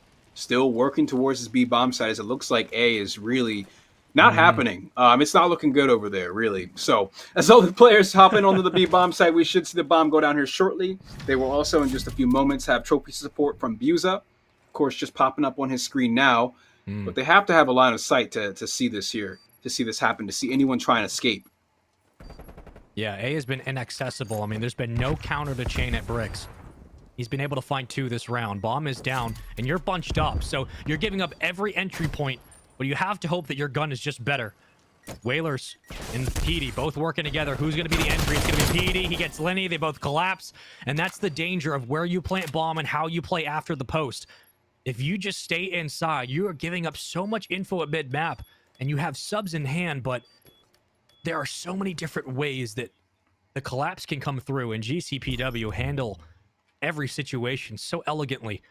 3-3, all tied up. But there has been no response to Chain here on bricks. Yeah, Chain's just been nasty on this part of the map. Put him here every single time and you know the result.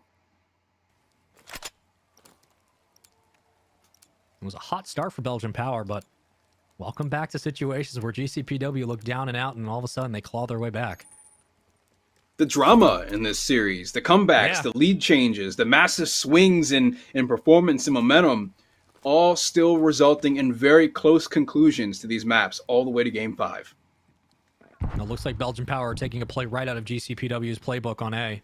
We're going to triple stack it and put someone on brick, so Linny will be there. But this time it's a quick push right to B. Petey could find first blood, so could Abusa. If Abusa knows someone's around, that has to be Bomb. And that should get the call to get someone to rotate. Brezzy will be that person. Now 1v1 battle isolated on an island. It's Linny versus Chain up top in the minimap. Everyone else focused on B. Whole lot of noise, whole lot of heat out on the street here, but the players opt to back up, dropping back towards their spawn and maybe rerouting things towards the A site. They do leave one player behind. That's going to be Genesis. Should be able to catch anyone on a flank, catch anyone changing their position as the play starts to unfold on the A site, but they will be met with resistance. Linny is out on bricks. Again, major power position for this bomb site. One's also directly on top of the bomb here around the corner from PD. So we'll have to see what they can do with this. They don't have any information of these players hiding on site. Unfortunately for them, we're able to see through walls to communicate it to the rest of us. They got to figure it out as they go. Gunfights unfolding on the middle of the map. Brezzy takes down Chain. The bomb is going to go down from the hands of PD onto the B-bomb site. Guys in blue now turning their offense into a defense. He leaves the site for free, finds a kill unanswered. Defense now in favor of the offensive team, GCPW, in a 3 versus 2 situation. Whalers at Main Street. Gonna jump out. Linny looking for the fight. Here comes Brezzy inside. He's been so big this round. 2 kills. PD working through the window. PD gonna get caught. He's still gonna find one. 1v1 for Bomb, and he'll get gunned. Linny's gonna get the gunfight and the defuse. Wow. 4-3 for Belgian Power. Linny took his time up Main Street. He was waiting for Whalers to peek. It didn't happen. And once he got a little bit of info, he moves inside and gets the kill. GCPW played it all so well up to the plant and the post-plant positioning. It still wasn't enough as Belgian Power came through, picked apart their setup, and cleared it out to pave the way for a nice clean bomb defuse. I mean, PD moving out of bomb was really, really smart, and it worked out for a kill. But Belgian Power take their time, and that's kind of been the takeaway, right? Maple at 2 and 6, Linny at 4 and 5, Abusa and Brezzy really opening up rounds with first bloods. Does Chain go back to the same spot? You have to believe that will be the case. For the first time in this game, it looks like the bomb's going to A. And as we move to A, look into the eyes of Brezzy. Huge threat in this series. Coming back to life, bit of a resurgence here in the Search and Destroys. He started off the first few rounds, unable to find some kills, 0 and 3. Now contributing very meaningfully to the success of his team here to find their lead up by 1. 3 versus 3 situation. Genesis trying to get out of the action, but they're not letting him get away for free. Linny hunts him down, guns him down. 3 versus 2 advantage here as Belgian Power now look to maintain their positioning here near the A-bomb site, but PD is hoping to get involved in this action. I think he just decides to run away here, and Belgian Power, they were expecting that flank to come in. It ended up not unfolding. The delay here working in favor of PD as he now comes back to get into the mix. He's taken so long, but surely he's going to get one. He will. Find 2. Yeah, it took a little too long. Belgian Power had numbers here, and the longer that PD takes to rotate, it's like percentages drop, and mathematically you're going to end up losing this fight. Brezzy, so weak, still finds 2. 1 at Eskies, 1 on the outside. And I thought for a moment there, with PD overextending for the flank, I'm like, oh, he's just going to wrap this and try to hit from behind, and he's gonna find 2 or 3, and that's going to be the round.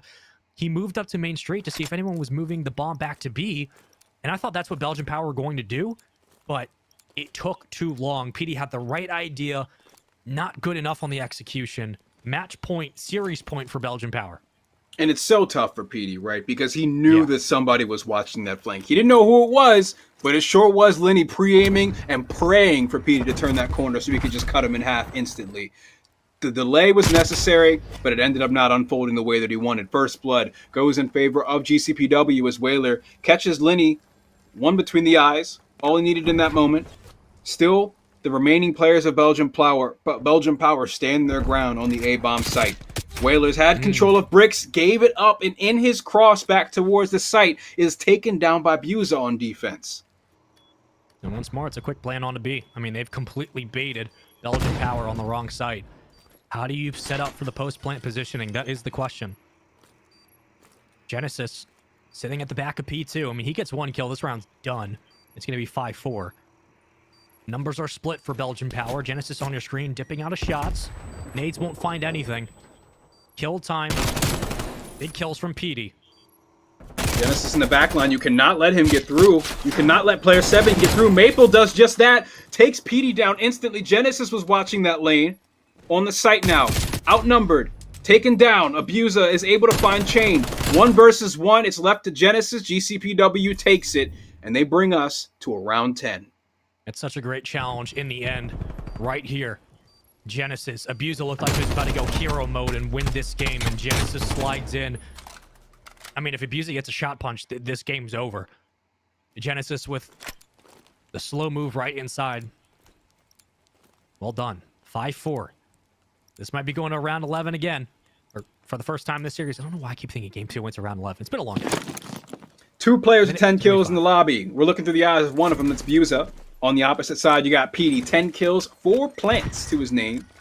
We're moving towards the A-bomb site. All 4 players of Belgian Power here. And alone, nobody's home. The bomb site's wide open. They got bricks control. One's on pillars at a distance. But, I mean, that's something you can respond to, right? You got stellar map positioning here. Someone is watching the flank here, too. That's Brezzy. The only one that's really positioned to do that is going to be Genesis from middle map. But the gunfights on pillars and bricks are what's most important right now. And you see Petey fishing for his first one. 10-5, but Abuser is 11-7. He's been so big in these past 2 rounds. Petey going for the challenge, evens it out 3v3. Trophies are down. Bomb might be looking to rotate to B again. But Genesis is ready and waiting on Eskies. Oh, it's so perfect, but he gets one and escapes with his life. No, he gets caught, and now the rotation to B will ensue. It's a foot race to the bomb, and who's going to catch him off guard? Will it be Chain? Will it be Petey? They have to know they're moving to B. 30 seconds left. Only a tactical left in the hands of Abuser. Inside the window, both players double challenge, and they get the kill, closing the game out in round 10. Belgium Power takes the search and destroy. It was quite literally a foot race, and Maple and Abuser get both of them. I love the call, not just to go for the plant down. That's what you're thinking, right? If you're GCPW, you're thinking, oh, they're just going to go put the bomb down and set up for the positioning. No, they went right for the challenge in the back window where they expected the rotation to be. They make the right call in the last decision. They get it done. Ali, you were watching that game 5, and talk to me kind of what was going through your head as that game 5 kicked off and as it concluded, as Belgian Power get the job done and they clutch up in the series.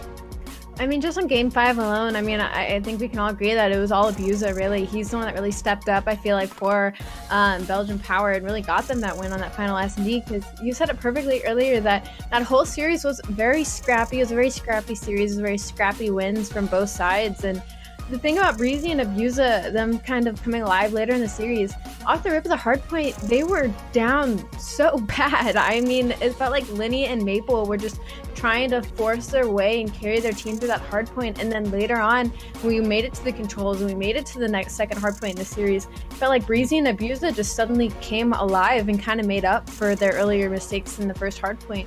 And that was very interesting to watch, to say the least. And then on the side of GCPW, I mean, it was just Whalers time and time again trying to keep his team in the game, and he was just unable to. He couldn't do it by himself. Fox, this entire series felt like the comeback team, and regardless of who it was, I mean, constantly in that game 1 Hardpoint, like, Belgian Power found a way to come back. It was 249 for GCPW. They were winning it, and they lose. You go to the S&Ds where it was still back and forth 6-4. The controls were chaotic. past 2 games, I think the biggest blowout was really that game for Hardpoint on Apocalypse. But talk to me about how this series played out. And for both teams who have, kind of uncharacteristic rosters, and it's kind of like everyone who's kind of looking for a team found each other. And this was about as scrappy as a series as you're going to see in Europe. This reminded me of like North American Call of Duty. Like, we don't see that kind of back and forth that often. Sure, games are close, but I mean, this was very much a scrap fest all the way down to the Game 5 S&D. Yeah, I mean, the lesson that we learned right off the bat in map number 1 that Belgium was so kind to teach us is that no lead is safe. They were very quick to pull the rug from underneath GCPW several times throughout this series. And I mean, to hold them down at 249 and force the comeback right there in the closing moments of that raid hardpoint, and then to just tell that story again throughout the rest of the series, really just impressive stuff, excellent resilience, and brilliant performances at times from the players on an individual level from Belgium. I'm sure we will have many more brilliant performances coming later today. With that said, why don't we just take a look at the schedule for later tonight, because Europe is done for day 1 of Stage 5 of the Call of Duty Challengers Elite Series. It was Elevate beating Amelia Strays in a close but dominant 3-0 fashion. Belgium Power, in the closest match we've seen today, win it 3-2 in Game 5. Coming up for North America at 5 p.m. Pacific, 8 Eastern, it's Trash Bros, your reigning Stage 4 champions, versus Jabawukis, which again is the best name we've had so far in North America. Lore Gaming versus UT Crew will be one of the best matches you're not going to want to miss later tonight. But I am so excited for North American matches coming up, guys. We've had so many roster changes, but before we even talk about that, which we will in some point, quickly, closing thoughts, Allie, just looking at Europe as a whole today, what impressed you the most? As a whole, Elevate definitely, I feel like, impressed me the most today. It's definitely a team that I'm going to keep my eyes out for and hopefully see a lot more quick improvement out of them, to hopefully see them maybe get on top this to go around. And for the side of GCPW and Belgium Power, personally, I'm not expecting too much out of those 2 teams. Definitely a very close match against the both of them today, but I feel like once they start going up against teams like Elevate, like Orglis, Mavericks, Amelia, Strays, I don't think we're going to see too much out of them unless they start fixing stuff now and very quickly. I feel like Belgium Power has a lot of chemistry to work on. It felt like a lot of solo players doing solo things on the map, and it felt like Maple was just kind of trying to make all the play calls, and I feel like a couple of players from Belgium Power kind of need to step up just a little bit more. Who knows who's going to win? That's why we play the game. But we thank you all so much for watching this part of day 1 of the Challengers Elite Series for Stage 5. It was Europe who came out early and came out hot with some absolutely unbelievable performances. And Brezzy, who had a 40 bomb in that control, helps his team move to a Game 5 and take it there. It was absolutely unreal. But coming up next, we got North America at 5 p.m. Pacific, 8 Eastern. So take a nice little break and come back and join us for the conclusion of day 1's matches. You don't want to miss it. North America will be spectacular.